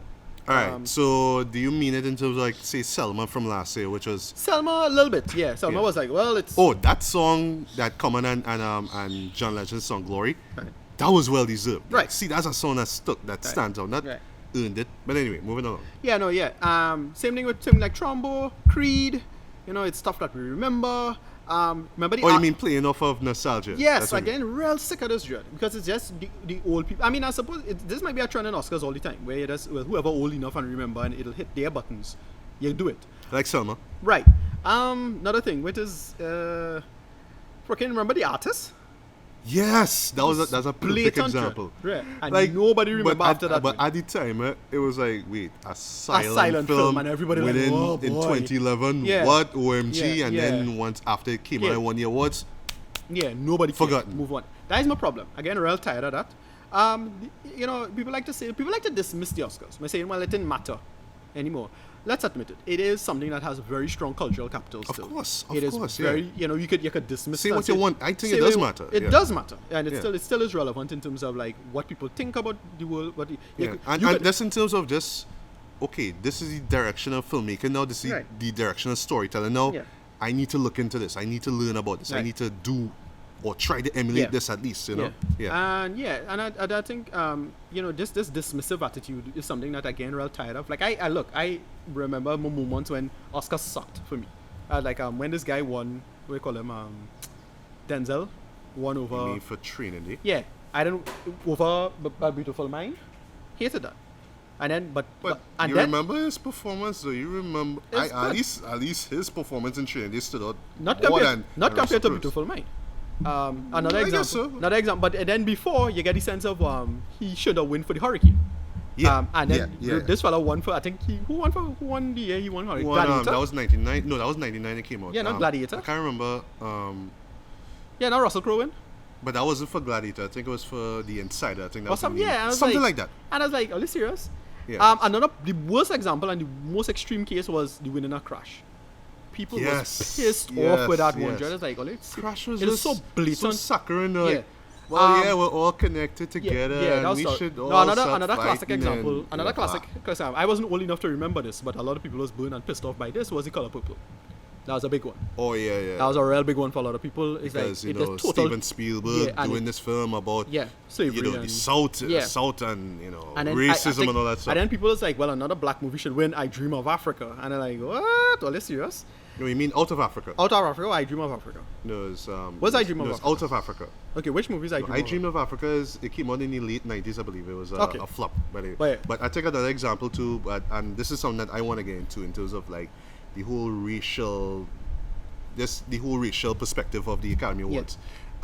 Driving Miss Daisy. Yeah. Winning in 1990. Yeah. When Do the Right Thing. Right. Yeah. Superior Yeah. movie. You know, and then you could go even further, of course, with Goodfellas. Yeah. Year after should have won. Right. But you gave it to Dances with Wolves because Right. it's about the white man learning how to Stripping it. coexist with the Native Americans and all that kind of stuff. Yeah, so that bounce back, and he's always had that political bounce back and forth. Yeah. But just about that, what's your thoughts? What are your thoughts? Sorry, on the whole whitewash with the Academy Right, Awards I was and now no about black nominees to at get all. to that. Now, frankly, no black actors deserve to be there, right? The only person I would have given for best supporting as a black actor was, let's just stop saying Supporting, yes, sir. Best supporting was Idris Elba in Beast of No Nations. All right. Beast of No Nations. Well, he wasn't going up for best actor. He was going up for best supporting. Yeah, because Okay. he wasn't the main character. He All was right, all right. just a better supporting actor. Okay. In that movie. At most I would have probably given him a nomination. That's it. Nobody else. Yeah, People like- honestly, I wouldn't even give Michael B. Jordan. No. And I know what I said No. about he should have got nominated for Nah. Fruitfield Station, but No, compared yeah. to the No, others, for Food Rail Station, totally. Yeah. But not for this. Not for Not Creed. for Creed, Not sorry. for Creed. There's people telling me that fella should have get for Easy and thing. I'm like, what? no. They Yeah. wanted, Nah. they wanted to some online petition Yeah. nominate this guy who played Eazy-E Nope. for best supporting. Nope. No, Nope. Sorry. No. O'Shea Jackson, the next one is That's like saying, give O'Shea Jackson Jr. for No. playing the father. No, Come sorry. on. No. Yeah. What else though? Will Smith for Concussion. Nope. I haven't seen No, Concussion, but I know. I saw Concussion. Concussion was utterly mediocre. Utterly mediocre. Like, Yeah, but I heard he was. he was okay. He Alright. just had one line that was okay. Here's the problem. The man looking nothing like the fucking person. Sorry. But what about the accent? I was worried about the Terrible accent from what I understand. Not even a good accent. It was, what accent was supposed to be what? Nigerian, right? Yeah. No, some people tell me, no, it's a terrible accent. It wasn't even that good, from what I understand. I couldn't compare it. I had no reference point. I have a couple friends who are Nigerian. So, Right. like, I don't know. But I don't know if they pulling off a mix-up accent anyway, so it don't matter. Mm-hmm. But no, I heard he had a terrible accent. It wasn't even close to what the original person is. Yeah. So I remember making a comparison. I just did a quick YouTube thing and just listened to what the actual guy looked like. He didn't sound like anything like the guy. He doesn't Wow. look like anything like the guy. Concussion So that's is... just Will Smith trying to sound African. Yeah, Okay, no, problem. mediocre. No Sorry, problem, yeah. mediocre. Right. Mediocre. Now compare that to when Forrest Whitaker did Idi Amin. Yes, in Come on. Last King of Scotland, Come on. which he won for, by the way. Which he won for and deserved to win. Yes. Come yes. on. He looked. I would say he's. Although, yeah, he looked the part. Like Yeah, he looked like 90% looked yeah, the part. he looked the yeah. part as well. No, look, it had no good black actors this round, and stop with the people of color crap because it had Yeah, and people of what color. about this like director and all too? Cause I remember You they know, were I think- complaining about forgot her name who directed Selma. Eva DuVernay. Yeah. No, Selma was such a great Nope. movie. Why did you give it no, to no, her no. for best Eva director? DuVernay, listen, Eva DuVernay is an incredibly competent director. I'm not denying that. She's very competent. Right. But it wasn't that great. It was a I competent admit movie. it was. It's a movie I It was, enjoyed. it was not, sir. But it was normal. It was by the numbers. It's very by the Yeah. numbers. So whatever. This is Yeah. And- over claiming. And as I brought up that, the only thing you could complain yeah. about if you make your case for Idris Elba in Beast of No Nations, fine.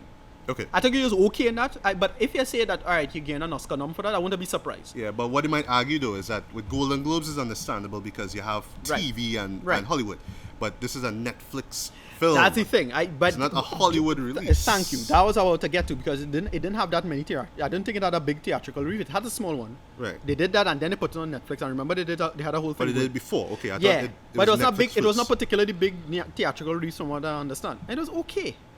It was okay. Yeah. Whatever. Right. And one thing I was gonna mention to Chris Rock. I actually read this last night. He called the Academy Awards because he's the host for I this think year. I saw Is the White BT Awards. wow. Which says so much. No, okay. So here what I expect Chris Rock to do. I expect him to like really be biting, like this fella. Oh yeah, Will Smith. Will Smith's in the audience, man. Yeah, no. We call him. Yeah. We call him the Ricky Gervais type biting.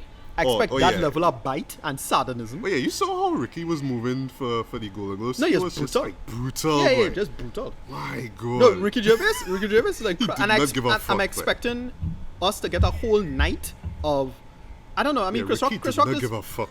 No, but I expect Chris Rock to just give us a whole night of just biting race commentary, whole night. Yeah. I expect that. I think Jada Pinkett was she boycotting it. And I'm like, all right, stop bullshitting, please. Right, your Will husband. Smith is still going to It 10. was a terrible movie. Come on. Sorry, Concussion was crap. I'm gonna defend that nonsense. Yeah, It coulda- Michael it B. coulda- Jordan is going to be there. Yeah, Come on. it's gonna be good. Like I'm gonna like it. No, listen, Ryan Coogler and the script is good. Yeah. You know, Ryan Coogler is I really think he's an important talent. But not for this. Agree. So agree. we'll see. Yeah. Moving on. Moving on.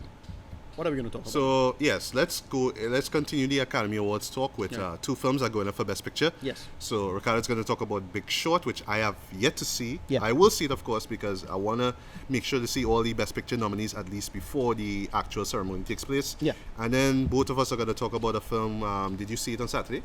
What? Revenant. Yeah. Yeah. We both saw it the day before. Yeah. But I watched it a second time. Right. Yeah. So saw it second time. Yeah. First time was on screen, second time Right. big screen. Uh-huh. Well, oh gosh. I'll get to my thoughts on just seeing it on big screen, but Yeah. of course we're talking about the Revenant. So, Yeah. Big Short. Big Short, right? So the Big Short is basically the story about the 2007-2008 financial crisis in the United States, and what it does is that it follows four characters, four men. I forget the characters' names. But actors, The actors Steve play- Carell, I know right? as Steve well. Carell, Ryan Gosling, Gosling. Brad Pitt, and Christian Bale. I forgot that Brad Pitt is in it. Yeah, though. Brad Pitt was in this, and all of these characters was basically these kind of outsider figures. Well, except for Ryan Gosling's character because he's narrating the story. Okay. And what he says is that Steve Carell, Brad Pitt, and Christian Bale's characters was these weirdos, these kind of outliers. All of them have these quirks, these horrible kind of social, personal foibles about them. So they okay. And they The didn't get- social outcast then. A little bit, Alright. but they because they were outside, they kind of pick up something was going wrong, and the film does a great job of explaining. It was explaining basically what went wrong with the financial crisis. It's kind of a docudrama, frankly. It felt very documentary style. They made constant references to like all the pop culture stuff that was going on at the time. Alright. So they made references to music. You see like a ludicrous video. They made references to like cell phones, shoes. Like it did that really Also, fast. periodically, it just stops and Yes. gives it you felt- a it sense felt- of what's going It did who's the director? I forget the director's name of Spring Breakers. It did that kind Oh, of that style, these, yeah. these cuts, yeah. And then they did because with Steve Carell, we know him from The Office, so we know he does that verity approach to Yeah. thing. So it's interesting to see him do a very serious role. Yeah, so- his character is very dark and That was very- great. That was great casting. yeah, right there. it's a very good casting. My problem with the film, and here's the thing: the characterization. Only Steve Carell's character came true for me. Personally, his character was the one that got the most depth. He's the one who really see all the problems, and then they had a whole backstory with him and something to do with his brother and family and that kind of stuff. And it was great. It's a film that really got into the morality tale of what was going on. Right. You know, every moral failure on every level of why it is that this thing, why it is that you had this, kind of cascade failure of thing. It's very technical. It's a very technical film. So Okay. they get into all of these finance terms, a lot of finance speak. But because of the verity style of it, it worked in that sense. Right, but it doesn't like hit you over the head and A little bit, because I found it a bit tedious. And my thing with it was that if this film came out before another film that dealt with finance and that culture, which was The Wolf of Wall Street. great movie, by the way. Fantastic movie. Fantastic movie. The Wolf of Wall Street got into the whole sociopathy of the matter. This one did it, but not so much. And I think I prefer Wolf of Wall Street over this. Yeah. One thing, of course, Wolf of Wall Street gets a lot of credit for is the speed of it, how Yes. fast it moves. It's close to 3 hours long, but it moves at Right. such as breakneck speed, and No, but you this can compare film, it to this, what- the but the characters strength, and how their lives so, were. So the strength of this film, I think, was it did a lot of great allegories and analogies, explaining what was going on. Right. Like all these little things. So they had all these terms, MGOs and all of these, a lot of alphabets with respect to these ideas. It did that really well, and it had some really funny dialogue with that. To explain, how to explain this thing. Well, it's cat shit, wrapped Right. in dog shit, and all of that stuff. And then they got, they made analogies to Jenga. They had a great funny sequence with Selena Gomez in it. What? That was She really was funny. there? Okay. Yeah. So you have to get the problem now. How it Yeah. had all these recursive errors. We call regression errors, which is Right. not only it has an error, but it's an error of an error that you can't take into account. A lot of mathematical stuff. All right. But overall, like, what is the right? Because what you just described is just like the time and what the Right. film is trying to explain. So the but film- right, With so the four characters, What it was, motivation? all right. So Christian Bale's character and Stephen Carell's character, again, they were picking up a problem. What happened is that Christian Bale's character said he noticed a pattern, and he said, all right, he expect this thing that we expect, which is what do you call it, land, Right. housing, Right. right, housing finance. I'll go where it's called real estate. Real Housing estate, finance, there which you is go. considered relatively stable. We noticed something was wrong. So what ended up happening is that he started selling against. So he bought against the bank, put a certain money into it. It was more or less considered a bad bet. He said roughly, this was 2 years before 2007. Okay. And he said roughly about 2 years before, it looked like a really bad bet. This guy's an idiot. But he came across like a somewhat of a kind of mathematical savant now. He really picked up the pattern. He was saying, yeah, this thing gonna crash hard. I just gonna bet against it like long before. Mm-hmm. And he basically went to several banks, and all the big banks at the time, Bank of America and so on. And then what he said was, this gonna crash, and everybody laughed him, or they laughed him out of the room essentially. But he spent his money. You just look. I believe him. I believe. I know what we're talking about in terms of the thing, and all of it was about these guys. It was just the canaries in the coal mine. That's what it was, just constantly warning. Hey, guys, something wrong. But it had too much money being made, and nobody. There's an old short story, a famous sci-fi short story called "The Ones Who Walked Away from Barbados." They didn't seem to care. It had, and then had a bunch of people who were aware of what's going on and selling it and keep pushing it forward, knowing full well that this thing gonna crash. And Steve Carell's character was about that. He got into the whole thing about, and they had this iconic scene where he was him and another finance guy, and while the finance guy still defending the system, within the 30 minutes he spoke, the company's stock dropped 30% or something like that, something ridiculous like that. And it was just really these extreme scenarios. Now I'm relatively familiar with the story, but from a documentary standpoint, it was explained to me largely. I stopped caring about the. I'm kind of like Brad Pitt's character. Brad Pitt's character in this now is a guy who just walked away from the whole thing. He's brilliant. He knows it, but it's a lifestyle he doesn't want to be part of. He hates it. It's a total moral hazard from his perspective. And he's like a total, he went completely ascetic. He just went away. He went to live in Singapore. He wanted to live off the land and that kind of stuff. And then the third character, Ryan Gosling's character, was in on it, but he bet against it, just knowing that these guys were right. But he's still in on it. He made a bunch of money. He made like $500 million at the end of the whole thing. And then Christian Bale, Stephen Carell, and Brad Pitt, those characters were the outliers. And the whole point was just warning everybody against the system and how disturbing it was. And while Steve Carell's character is kind of, if it's anybody who's the main character, it would be him. Okay. He was the person that focused. He realized how bad it was because he had like strippers owning houses. Yeah, I remember that from the trailer. Yeah, it was super. That whole scene was super disturbing because he was like, wait, that was like how many kind of ironic though, but anyway. Yeah, and I like, wait, how many houses you own? And he's like, he thinking it's just debt on that one house, not realizing that there's one person who nothing about money. There's 5 houses. Something like 5 houses, and he was like, yeah, we have a crisis. And I was like, super. That was like one of the best scenes in the movie. Yeah. The ending scene was as well, because the whole point of it is that, you have such a tragic scenario. It's a situation where you don't want to be right. You really don't want to be right in this, because if you're right, and Brad Pitt's character mentioned this, he says, if you're right, that means people's homes, people lose jobs, people lose careers, people lose the pensions, people lose, it's real life affecting. And that's the problem with a lot of this, is that it's this, with this quantitative finance shenanigans, it's a lot of young smart people who don't understand the real ramifications of what's going on. It's a bunch of young guys. They want to make money quick. They're smart mathematically. They know numbers, but they don't know life. They don't get that this stuff affects people. It's affecting other people. By the way, and this is a real world fact, most quantitative financing now is done by artificial intelligences. So that makes the situation even worse. Right? That means them think that, it's just this short selling mindset. And the movie was, it's a movie I liked. Now, ultimately, so I'm just going to give him a score quick. It's a quick review. I'm going to give him a score. This movie gets a high movie tone. It's good. All right. Is it gonna be like very entertaining, or is it gonna lag and it's the only thing you might not like is just all of the bogged down thing, because a film, a lot of the language and linguistics Oh, Yeah, I understand. Yeah, it shouldn't it's just shove it jargon. down your throat. It's Yes, just it's a lot of jargon. give us an Even idea, though- and if we care about it No, that much, or we want to learn more, we could they find explain out it. for ourselves. They explain it very well, but what they do really well, I like, is that they get into one big thing I notice about American culture, which is the balkanization of knowledge, right? There's no way anyone could understand. And this is where Christian Bale's character is important, because he's a doctor.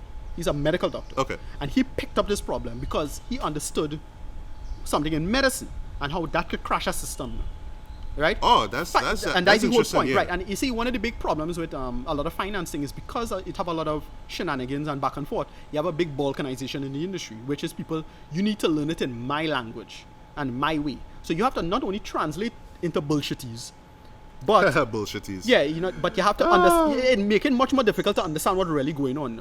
And it's almost antithetical to what we call consilience, which is a unification of knowledge, right? And Christian Bale's character was that guy. He was the guy that, I'm picking up the real patterns that was going on here. No one saw it coming except for these few guys now. And in the real world, it have a lot of finance people who saw it, like people like Nassim Taleb and this kind of thing. Yeah. And what about, on the subject of Christian Bale, what about his performance? Right. So Christian Bale's character had a kind of borderline, as I say, kind of Rain Man feel to him.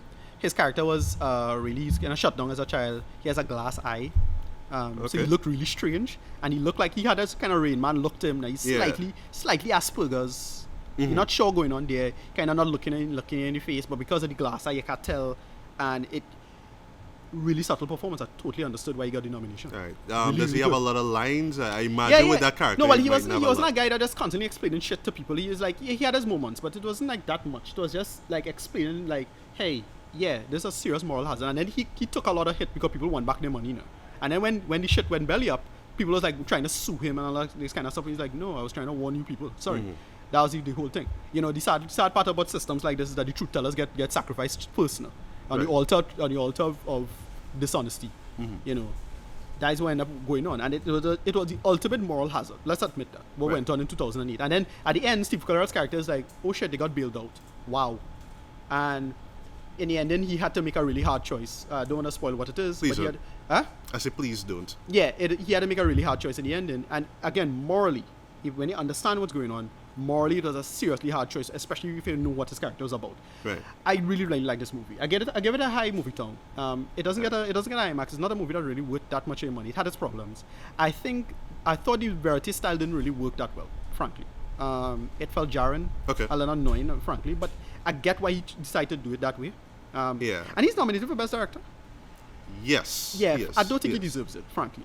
It wasn't that good direction in my opinion, but other people might have different opinions on this. But my opinion was like it's not that great in that sense. The style is a little too jarring, a little too amateurish. Yeah. In that way, it really felt like Spring Breakers sometimes at the times with the music and the interludes. Yeah. And Oh, yeah, and I actually like Spring Breakers. So that was, me too. Yeah, that was a great one. But as I say, if Wolf of Wall Street did not exist and you knew that you could do this kind of story better, I would have liked this a lot more. I see. That is my opinion. So that's just my quick opinion about The Big Short. All right, so high movie tone for you. So That's about what 6 out of 10, 7 out of 10. yeah.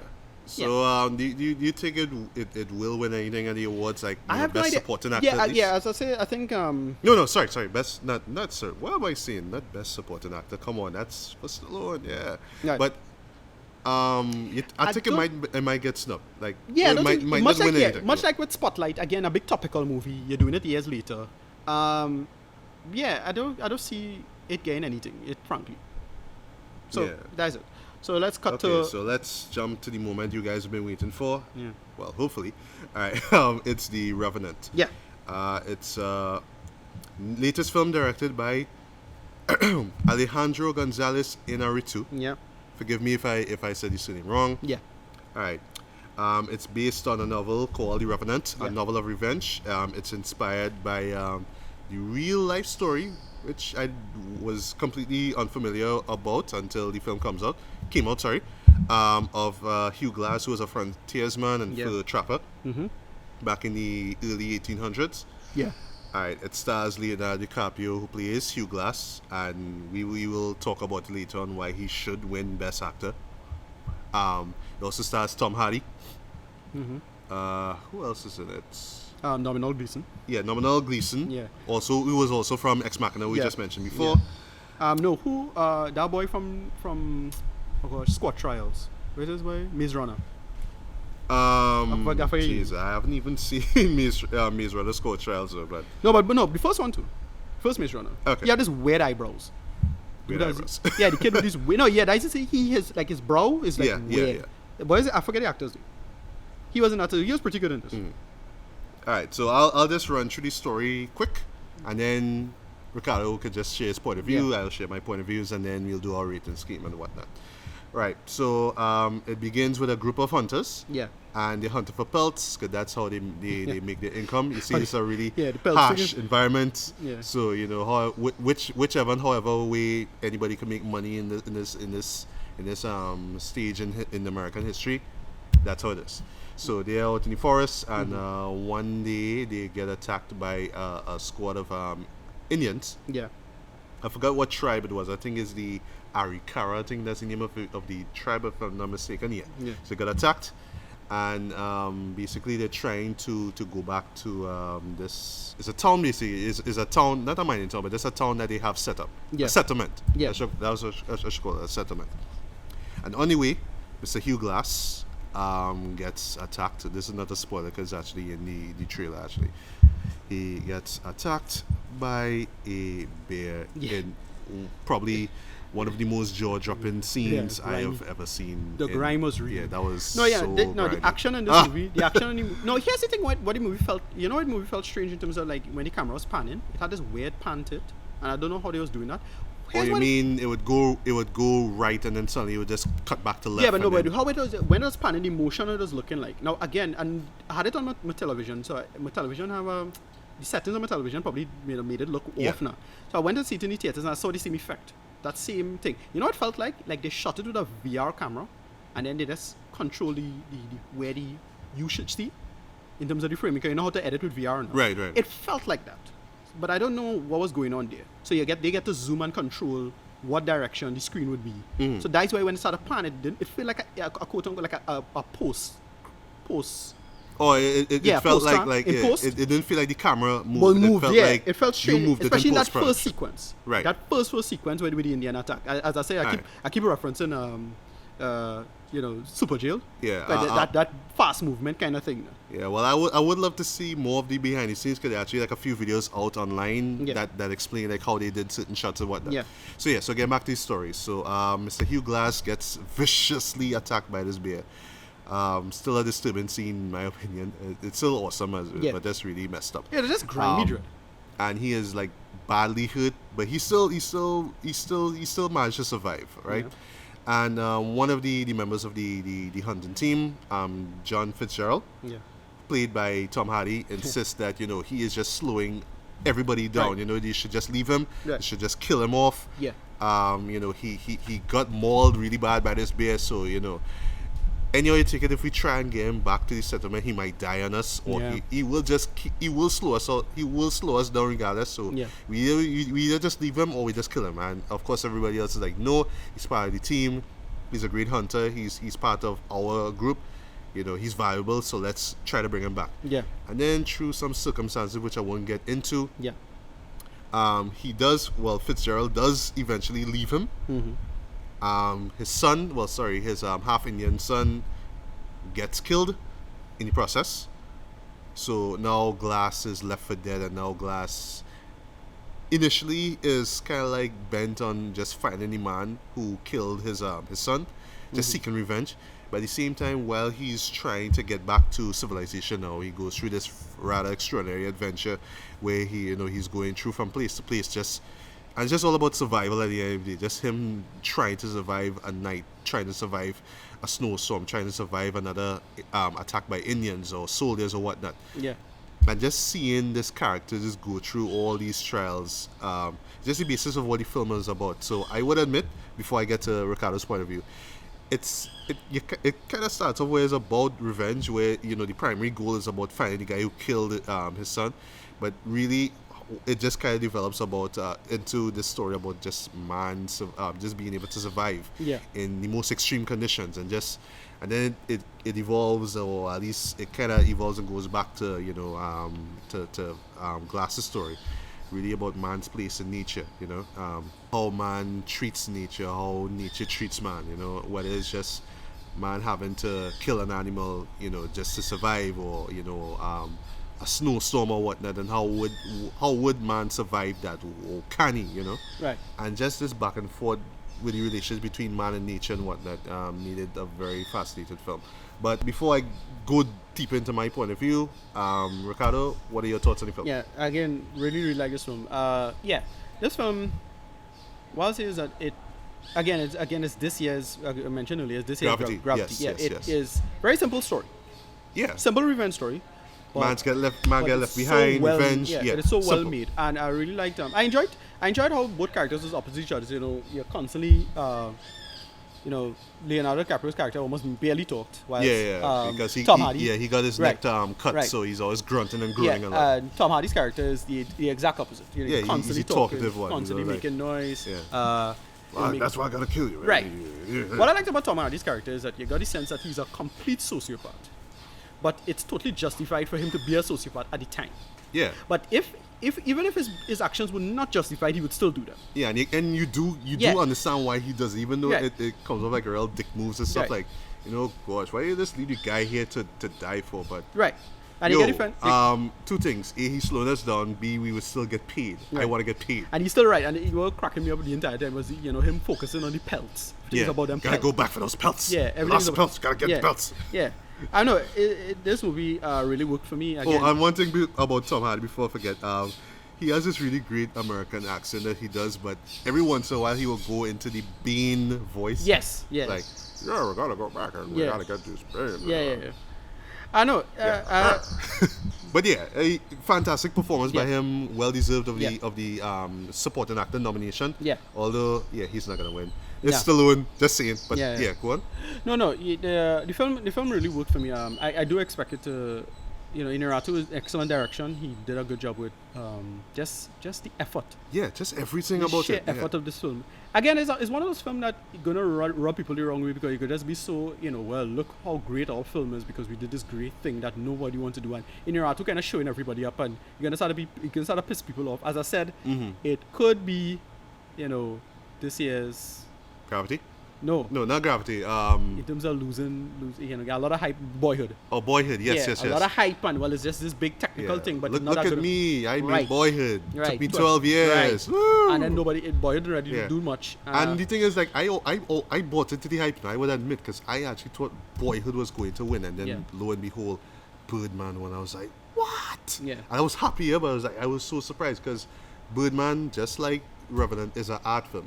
It thinly disguised as a mainstream film. Like, people will go in, the casual moviegoer will go in and have fun with it, Yeah. and come out with that emotional experience. But deep down, there is art. There's art into this. Whether it's the visuals or whether it's just Glass's story himself. Because one thing, I don't know if you're gonna mention this. He has these periodic daydreams. Right. About the wife of his wife and Yeah. his son, and there's all these really religious kind of stuff. religious Yeah. iconography Again, and much weird like, shots and stuff. Yeah. much like with Gravity. Gravity had those moments. Yeah, and also like the man who fell to earth, which we mentioned way early into the podcast, subject to interpretation. Yeah. And that's what I loved about this film. Well, the second time into seeing it is that it doesn't tell you, okay, like there's this one shot where you saw this really broken down church. Yeah. And Yeah, like most of the foundation is destroyed, but you do see the bell in it. Yeah. But it doesn't tell you where it takes place or what happened or if it has relation to what happened to Leo's Indian wife or whatnot. But Yeah. it's just there, and it's up to you to say, think about why it's there. But Right. yeah, but in your I'm just asking you. Can we talk about this from the visual in aspect? terms of, right, so in terms of the the visual, depth of it, what do you right, think the about visual and the thematic, you got that sense of the whole culture, where basically what we call the no church in the wild problem. Yes, You know yes. what it is. That pre-Hobbesian world, that idea of, well, you have no civilization, you have no Yeah, morality. how will man how we react treat to each this? other and how we react with each other. Yeah, and that's Tom Hardy's character is just representative of, well, you don't really give a shit about people and how we all act and behave. Yeah. And then, as I mentioned that, just sorry to cut you off there again. Yeah. That reminds me of one scene where Tom Hardy is telling this story about one hunting trip that he was on with this guy, and like the guy was basically saying, like the guy was talking about God, he was just mentioning about God is with me and God this and God that. Right. And he claimed that somehow God was close by, or at least he was hearing him or something like that. And basically, he realizes that what he thought was God was actually a squirrel. Right. So Tom Hardy, being the guy that he is, and he Yeah, says it in the just story, dismissive, yeah. he just shut the son of a bitch. Right. And that says so much about the character Yeah. that, you could say what you want about God, but this is the world that I live in right now. It's Right. all about survival of the fittest. Yeah. And there's this other great shot where you see Leo seeing a herd of buffalo running. And at first you're studying the herd, but then you realize you're running because 3 or 4 wolves are ganging up on one small buffalo. Right. And that is just the rule of the law of nature Yeah. there.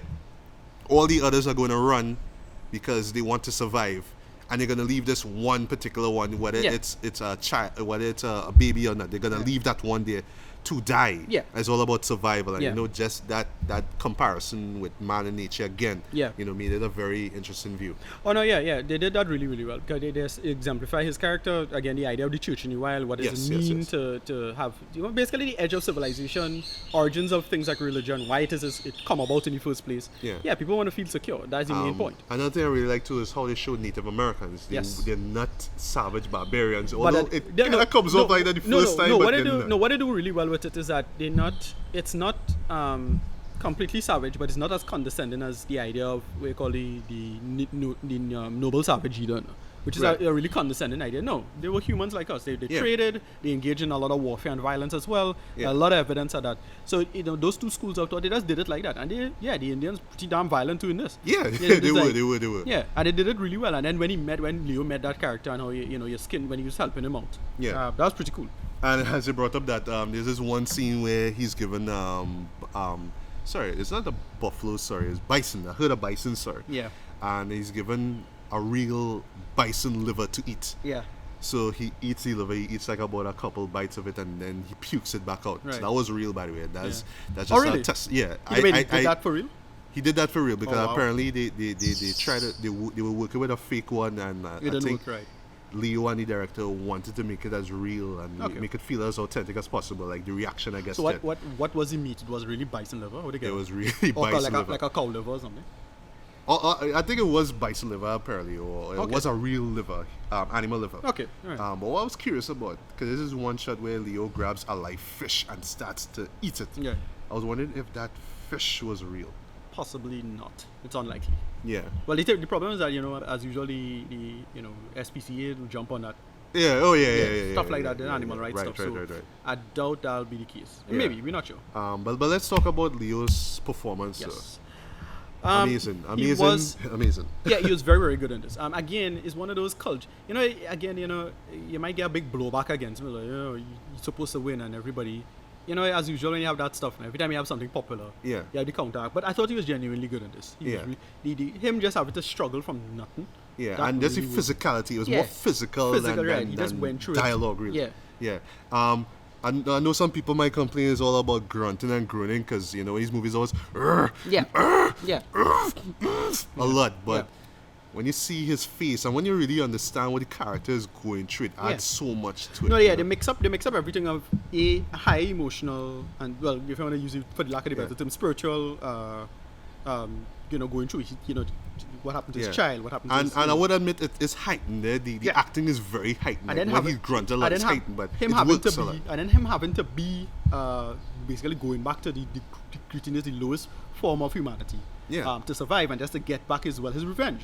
Revenge is not an animal thing; it's totally a human thing. Yes. And he could have just let it go. No, this guy has to go. He doesn't really. He had to get back at that guy. Yeah.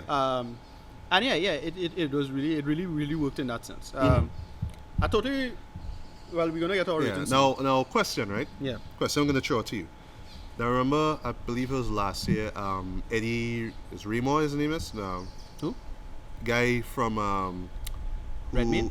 Yeah, Redmayne. Yeah, who played what was the film he was in? He won he won Best Actor for it. Theory of Everything. The Theory of Everything, right? Where he played that Eddie Redmayne, yeah. yeah, As where Stephen Hawking. Yeah, he played Stephen Hawkins. Yeah.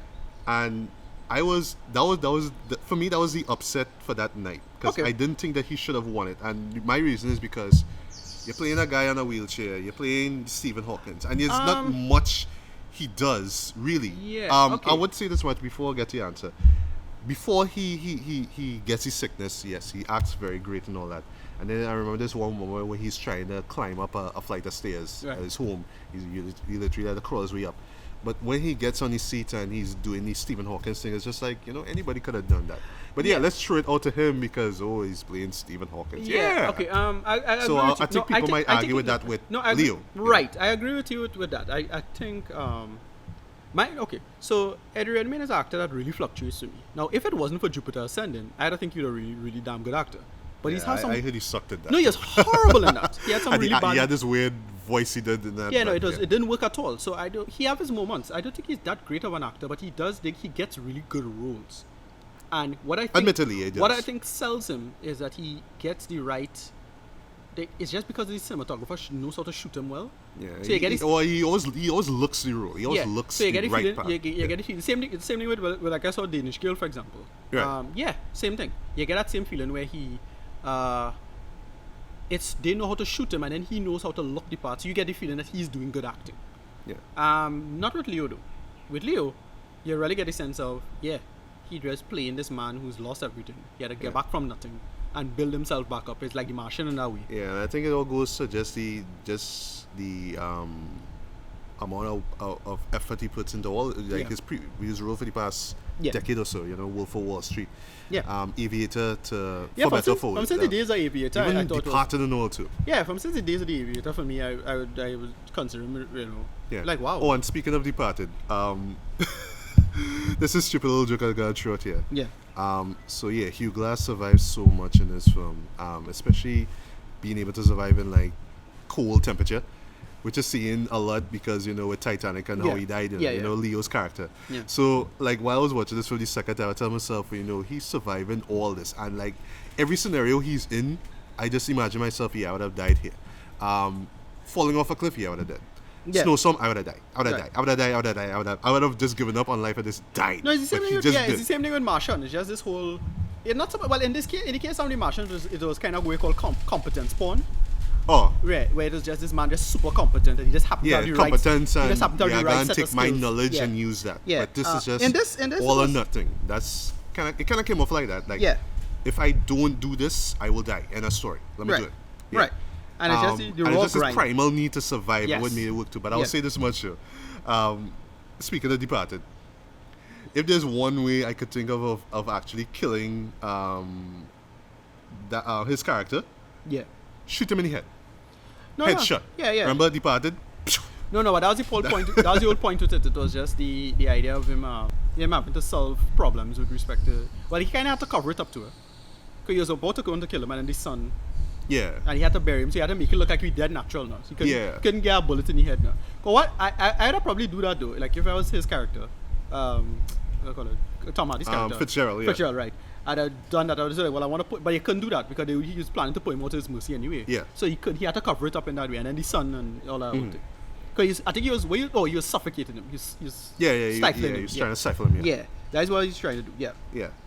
So what else? Yeah. Cinematography, gorgeous from start to end. Yeah. Just literally every shot looks so fantastic. And that's credit to Emmanuel Lubezki, another Mexican and you mentioned earlier cinematographer he did Gravity. Yeah, he helped out in Gravity. Yeah. And the cinematography for that was fantastic for that as well too, and also he helped out in Birdman as well too. Yeah. And I believe he won for Gravity. I'm not sure about Birdman. I think he won for Birdman. Okay. Editing, I believe the same editor who worked on Birdman. Right. Yeah, he won the award for that. Yeah. And he also collaborated with him with 21 Grams, Babel, Beautiful, which I still haven't seen. No, Beautiful is good. I hate Babel. Babel, I thought was way too overrated. Yeah, I hated Babel. Well, mostly because my problem with Babel is that everyone there deserved what happened to them, except for the Japanese girl. You're kind of supposed to feel sorry for everybody, Yeah. but it's kind of like, well, And well, yeah. well, we have the director again, Maurice Perros. He's Yeah. classic films he did. I do consider Inarritu a model filmmaker for me. Yeah. Mostly because you get the utility of film. You understand why film as an art form needs to exist. It's not TV. I like how you said that, film and art form. Yeah, It thinks about art a lot. as an art form needs to exist as its own.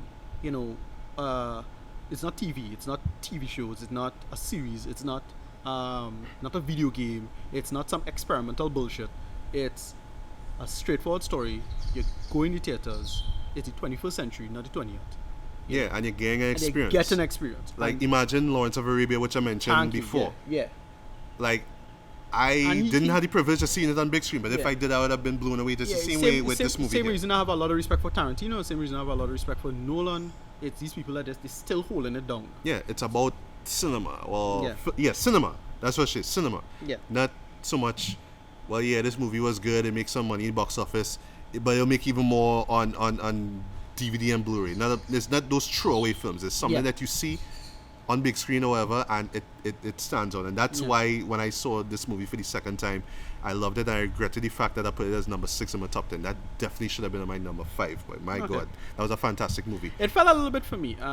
First time I saw it, I was just really wowed by just the sheer awesomeness of everything. Yeah. But as a film, when I watched it the second time, I'm like, alright, it slightly fall a little bit when you start to see. I mean the narrative. I Yeah, would yeah, admit yeah. the narrative Yeah. wasn't Slightly 100%, full. but I guess it didn't need to be because of Yeah. this the primal vibe of it. Yeah. You know, it's about survival. It's simple and maybe Yeah. a little too simple for its own good, but Right. yeah. So But that's why I like it. It wasn't. It was like when it really went in depth. I guess is just about man versus nature, and of Yeah. course, But the Native reason, Americans and stuff. the reason it's on the list is because it does something relatively interesting and new for me, as at least as films as go. I mean, if you don't do it all the time, I get annoyed by it. But now, a few films like that, it could work, where you do something interesting with your story. Yeah. You tell a story, and it's not even like, as far as I understand, it's not even close to true to what the actual story is. Yeah, I I'm know. I close to- know that all too well. Yeah. I think it's just Glass is the character. I think Yeah. I think that is it. I don't even think Fitzgerald is the actual name of the guy. Even right down to like the editing as well, to which you mentioned before. Yeah. The technique of the one take style that was used in Gravity, and Yeah. Birdman, of course. Birdman did it perfectly as well too. Yeah. Where it tried to simulate one shot, and it worked there because it was this theatrical thing, at least set in the world of theater. So it kind of gives the whole film like this is one big set that you're watching here, and these are characters coming in and out of it and interacting, Yeah. which worked there. Yeah. In this case, is like you're seeing sequences take place. Yeah. And because the director wants you to be in this experience, wants you to feel what's going on, the camera follows the performers left and right, and in some cases up or down, and you're seeing everything take place. And I guess, like in my case, you could pick up on where the cut takes place, but Yeah. the seamless way in which it does. Mm-hmm. I didn't even pick up on it. Like I knew they were there, like the cuts, but the seamless way in which they were done, I didn't pick up on that. I didn't even care about it, So yeah, props to the editor and of course the cinematographer. Cinematography is gorgeous. If there's one reason to see it on big screen, I would say the cinematography as Yeah. well too. Acting great Yeah. as well too. Not all the characters are fully fleshed out. Yeah. Although you could say Tom Hardy and Leo's characters are the most fleshed out, but I guess it's because the story mainly centers on them, and more particularly on Leo as well too. Right. One thing that stood out for me seeing it the second time was the score, the film score. It's done by I'm just reading it off of my laptop here. Ryuichi Sakamoto, Okay. Alva Noto, and Bryce Right. Dessner. They brought a rather minimalist Yeah. score to this. Like there are moments where you get that sort of orchestral vibe where you like the sort of church scene which I mentioned before. You get sort of the orchestral violence and stuff, but mainly it's just minimalist. It's literally like you're in the wilderness. You're not hearing much. You're hearing birds. You're hearing calls, and then you realize something serious or something life-threatening or something primal and deadly and disturbing is taking place, and the music really embodies that. It's really like guttural and stuff, and I love that. Right. So yeah, the score stood out a lot to me more with this one. If it wins, Yeah. well done. Yeah. Although I still think Bridge of Spies should win because just Right. I'm a huge fan of Thomas Newman. Yes. But yeah, I still rate the score a lot. And yeah, speaking of score, what is your score? Let's run through. Yeah, my 'cause I mean we could gush on for hours and hours yeah. about why we love it, but yeah, what's your rating on it? I give the Revenant an IMAX. High IMAX or low Not high, IMAX? IMAX, just IMAX. That's IMAX. Just Okay, IMAX, no yeah. problem. Yeah, this is roughly chance. It's about an 8 out of 10, 8.5 out of 10. Yeah, I really enjoyed this movie. It is a cinematic experience. Yes, It is yes. not as high as before it was. It dropped a little bit with time and a little more breathing room and thinking about the Okay, movie okay, a little yeah, bit. yeah. But it's still a really, really damn strong movie. Really enjoyed this film. Expecting some Oscars for this. I personally expecting it to sweep. Yeah. I expect it to get 12 nominations. I expect it to get about 9 or 12, 9 out of that. Mm. If it gets less than 5, I'll be really shocked. Yeah, me too. Yeah, me yeah. too. If me it too. gets none, that'll be oh my god, the internet will explode. Yeah. But whatever. All right. Me, on the Yeah. other hand, just to round things up, Yeah. I loved it a lot more the second time seeing it, just getting that overall experience, being in that cool cinema scene, all these beautiful shots on a big screen and not on a laptop anymore. Performances were great, were top notch, especially from Leo. Yeah. I just think, I know a lot of people will just jump on the bandwagon and say, yeah, he should win it, he should win it, he should win because he's Leo. Yeah. I say he should win it just because of what he put into Yeah. the film. Yeah. He put a lot of physicality, a lot of energy, a lot of, it's almost like he just put his own life on the line, I would say, just for that role, just to make it, just for the audience to really connect with that character. And I think that's the important thing. Just the mere fact that they shot this on location, I know they shot some parts I believe they shot in Canada. I know they shot some parts in Argentina as well too. Right. Cinematography wise is gorgeous as well too, and just the fact that it was all done with natural lighting, so no studio lights or nothing like that, is just a testament to Yeah. just raw filmmaking. And I really want to stress on that term, raw, because this is a raw film. It's just really stripping away all the Hollywood glitz and glam and just going for this raw grittiness, but at the same time there's a beauty to this. There's really a jaw-dropping beauty to it as well too. It really reminisces of a lot of South American and Central American filmmaking, which is to do a great film you have these super expensive films. It's a very expensive film, I understand. It is, yeah. Because it doesn't look the part. Yeah. But it reminds me of like in that sense like how a Jodorowsky film was. Jodorowsky's films were super expensive. They were very, very expensive movies but he pulled them off. Yeah, he pulled them off. And just to get the camera in the right place with the right stuff in the frame. Yeah. Make it work. And he knew what he wanted to say, Yeah. he knew the shots, and and Yeah. that what it was. Yeah. So for me, I will give it like how Ricardo it was a step down, a notch down from how he praised it from before. Yeah. Mine is a notch up. Okay. So Wow. I would give this a strong 4.5 out of 5 stars. Definitely see this movie. Right. Yes, there are some moments that will be hard to watch, especially that bear attack scene. It is Grimes. very hard to watch at times. No, for me the horse scene, Judd, when he sleep with the horse, I was like, kind of Star Wars hot thing is this? But though? I will say that shot of the horse flying off that cliff, Yeah, though, that was every good, time I good, see it, my heart jumps. Yeah, that was hard. Every time. I love that scene. Yeah. Yeah, so the griminess, the primal nature of it Yeah. may be a little hard to stomach. Yeah. But you have to go in knowing that this is what the film is about.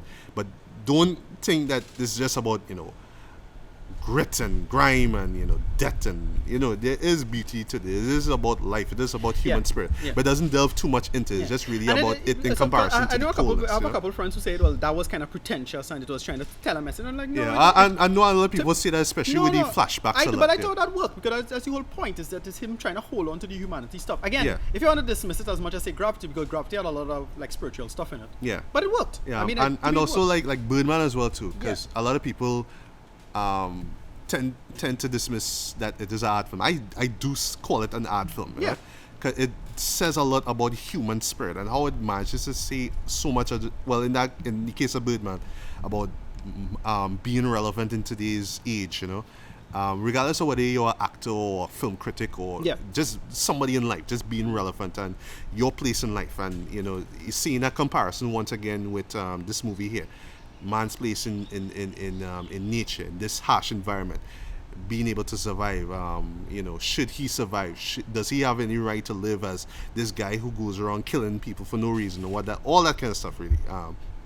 And yeah, well, I'll stop rambling here. So yeah, definitely a 4.5 out of 5. Right.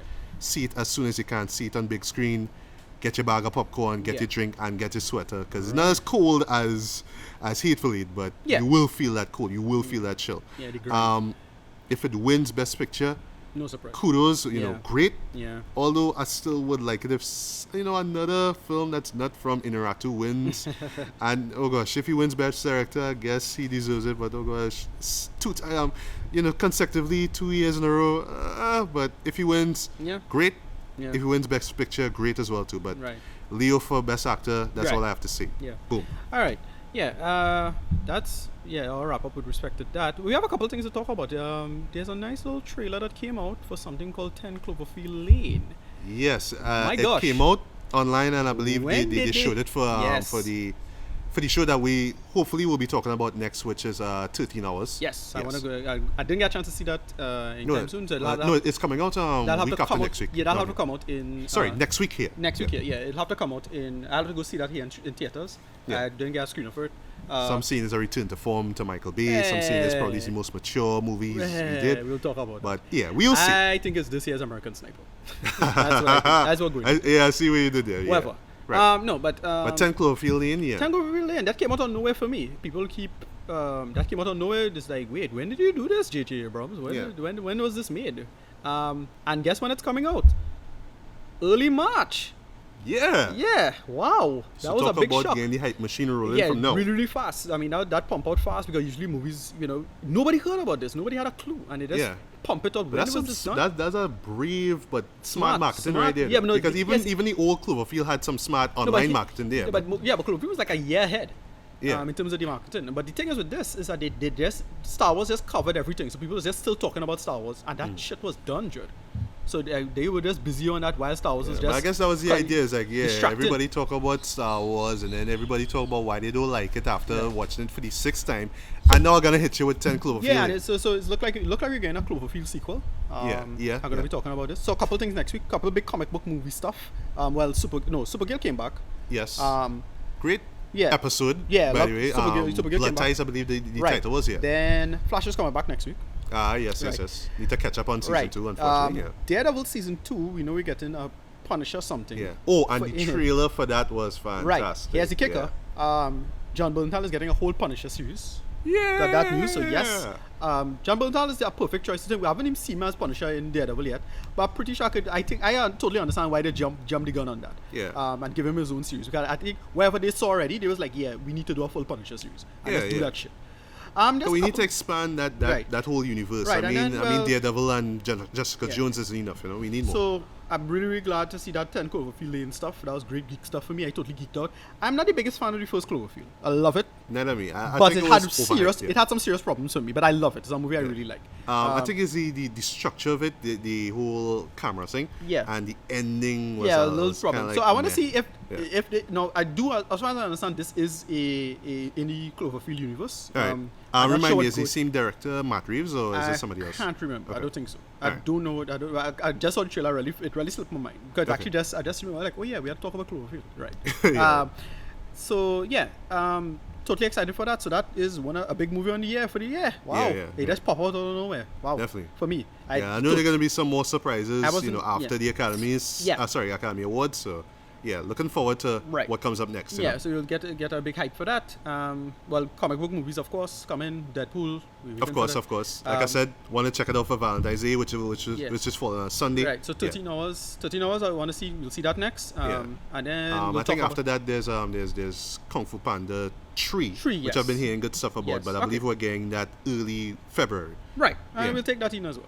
When it comes out, it'll come out. You'll get a chance to see it and Yeah. take all Not of that shit. no Norm of the North bullshit. Bullshit. No. Retarded. No. Rob Snyder, please die in a fire now. God, man. Yeah. Rob Snyder, go away. And Seriously. I forgot he was doing the voice for that, but Yeah. now as you Yeah. reminded me that actually says a lot. Some So bull- yeah. Like, why that exists, Red? Jeez, man. Wasting people money and resources. You know what? Again, what pissing me off now? How much money it costs to make that bullshit? And any talented filmmaker could take that same money and like, whatever. Yeah, no idea, The no classic injustices of the film world. Yeah, Whatever. and January itself, I mean, No, we haven't been getting We- terrible films. Like I can't vouch Oh, no, for okay. Ride Along 2. No, but I now heard- we have I no haven't, I haven't seen yeah. that, but I heard it's terrible. But the thing Yeah, with it, the thing but with terrible in the sense that they just didn't know what to do with it. Not No, you see, you had to put it out in that time because it still make money. like, Of course, Kevin yeah. Hart has his audience, so it's Yeah. like whatever. But in case I normally notice like it's totally unacceptable. It's really where called F you, it's January. Movies like American Sniper and American Sniper came out like for Oscar December. season. I know it came out December. But American Sniper did really well in January. Yeah. Did very well in January. And same thing with 13 Hours. It's like that's a really good time to do stuff like this, where everything cooled down, but you have a lot of political stuff going on, and you know things start to ramp up. And well, this year is a big election year in the United States. You know, Donald Trump, and I heard Donald Trump showed it in one of his like finance campaign stuff. Should what? 13 Hours. Okay. And is one of his things. So it even though the movie, from what I understand, is not political directly, I have to see it for myself. Yeah. I heard it's not that directly political. It's the timing of it. Okay. And Michael Bay is always a kind of bit of a right-wing filmmaker, much like Yeah, Clint Eastwood. everything is always about America. Everything must America, have an American military, flag, always military this, stuff, that, right. that, yeah. And I think he gets a lot of kickbacks from the American military for his movies. Yeah, dude, So- Transformers, the first one, he ton of got a kickback. chance to shoot inside the Pentagon. Yeah. Well, the office Yeah. where they were in, Yeah. nobody gets the chance to even Yeah. put a camera inside there. Yeah. He did. Yeah. There's a lot of kickbacks. I think that's a big reason why a lot of people, he gets a lot of blowback in Hollywood, because Hollywood not the Yeah. biggest fan of. And I think that Very- has to do. generally very Yeah, I left. think that has to do. Man, I still had the same problem as yeah. well from one. Yeah, I think that has to do with, and this is ironic now, The Rock, which came out 20 years ago, Love that movie. which I still think is Still his my favorite. best Still my favorite movie of his films. Yeah. ever. Still my favorite of his. In terms of just characterization, in Awesome. terms of pacing, in terms Yeah. of just the visuals, Yeah. and you know, just the action, everything about it. Yeah. I would like to do just like a retrospect review of it, but Yeah. I guess I'll have to look up and see when. But I knew it came out during the summer, Yeah. so I'll check. Maybe, who knows? Maybe I might do a written review of it, or maybe I might do a vocal review of it. But Yeah. you can look out for that. Right. But that was the first instance from my memory, because of course his first film was Bad Boys, but there was Love Bad no American iconography about it. It was just Yeah. Miami, Miami, Miami. This Yeah. is Miami. This is Miami here, right? But Miami Vice. Miami Vice, Miami yeah. Vice, the movie. Yeah. Yeah, Before- but with before the the Rock, bullshit Miami Vice. you got a lot of American stuff. There was Yeah. like this nice, and it kind of cheesy when you think it, but it still moves me every time I see Yeah. it. The speech by the president, Yeah. and the montage of the soldiers running out to the planes. I love Yeah. that shot though. Yeah. And this all this Americana stuff now, you know, Yeah. it still holds up to this day. Yeah. But just seeing that 20 years later, he's doing this serious film. I say serious in terms of, this is no Mark Wahlberg or Shia LaBeouf running, Optimus! Yeah. None of that bullshit. It's serious soldiers on the line, fighting for the lives, that kind of thing. Yeah, it's still So- it's still a very silly movie, but it's still. Yeah, I know you'll get the Michael Bay isms, Yeah. the kind of low angles, the 360 shots, Yeah. The explosions with the fireworks coming up, Yeah. all that kind of stuff. But I think I'll have fun with it. I might not like it as much as, I say Rock, of course, Yeah. but I think I will have fun Yeah. with it. All right, so that's Yeah, our so- episode. Yeah, that's two, episode 2, season 2. Yeah. So, yeah, Ricardo, just to close things off, where can we find you online? Oh my dear, you can find me Ampasat, Ampasat. RMBDDY on Twitter, All right. and you could just type in my name on Facebook, Ricardo Medina. Just contact me on any of these channels. Most likely you'll get through to me, whatever it is you want to talk about. Please ignore my Twitter; it's very silly. Yeah, I've seen your Twitter actually It's tweets. last week, and Very it's just these random Yeah. philosophical stuff. I'm like, all right, Yeah. they have a connection to this No, in somewhere. No, spoiler alert! It's not me writing it. But yeah, I'll explain that later. it's your you have a duality thing Right. about you, I guess. Yeah. Well, there's actually not me writing, but whatever. I'll explain that later. Okay. Yeah, but you can still contact me and I'll respond whatever it is you need to hear about, especially with respect to scripts and punching up stuff and camera works and that kind of stuff. We're trying to get into that. After this episode, after the next episode, I probably won't be available, so you might have to get Claude. Claude will be very Yeah, I entertaining. don't know if he'll be available. Not sure. I don't know for what show, but wait. So we're not gonna do Deadpool? No, me, but we probably have to do it. All right, later but just in case, I'll at least I can contact him and find what's going on. Right. But anyway, Yeah. so for me now, you can find me on Twitter. Just look for Legally Black MJB, MJB in capital letters. You'll find the link to this podcast here on it, as well as on Facebook. You could just look for a Legally Black blog official fan page, or you could just look for my name, Matthew Bailey, as well too. If you have any thoughts on the Revenant and on the Big Short and on the Oscar nominees, on David Bowie and his contribution to music and film, Alan Rickman and his contribution to film, What is your favorite Alan Rickman performance? What's your favorite David Bowie performance? What's your favorite David Bowie song? What's your favorite David Bowie album? What do you think about Big Short? Do you think Christian Bale will win Best Supporting Actor, or do you think Stallone should win it? Yeah. Revenant, do you think Leo will finally get that Best Actor nom? He's been working his ass off for years. Or do you think that somebody else will just steal it from him? And or actually, oddly enough, do you think Matt Damon will win it? And you know, both of them collaborated on The Departed. Yeah. Do you think Tom Hardy might actually win Best Supporting Actor? Or do you still think that Stallone should win it? Yeah. What do you think about just about The Revenant? Do you think it's overrated? Do you think it's overhyped, or do you think it's well deserved of the 12 Oscar noms that it has right now under its belt? And do you think it will win that coveted Best Picture? Yeah. Comment on the link and let me know what you think. And that's it. Yep, so that's it. Good night. Yeah, Good so that's morning. it. Good night, good morning, good afternoon, whenever you listen to this. Yeah. See us next time for 13 hours Yeah. with everyone's favorite action director, Michael Bay. Yes. So until next time, guys, take care. All right. Until next time. Yeah. Bye. Peace. Yeah.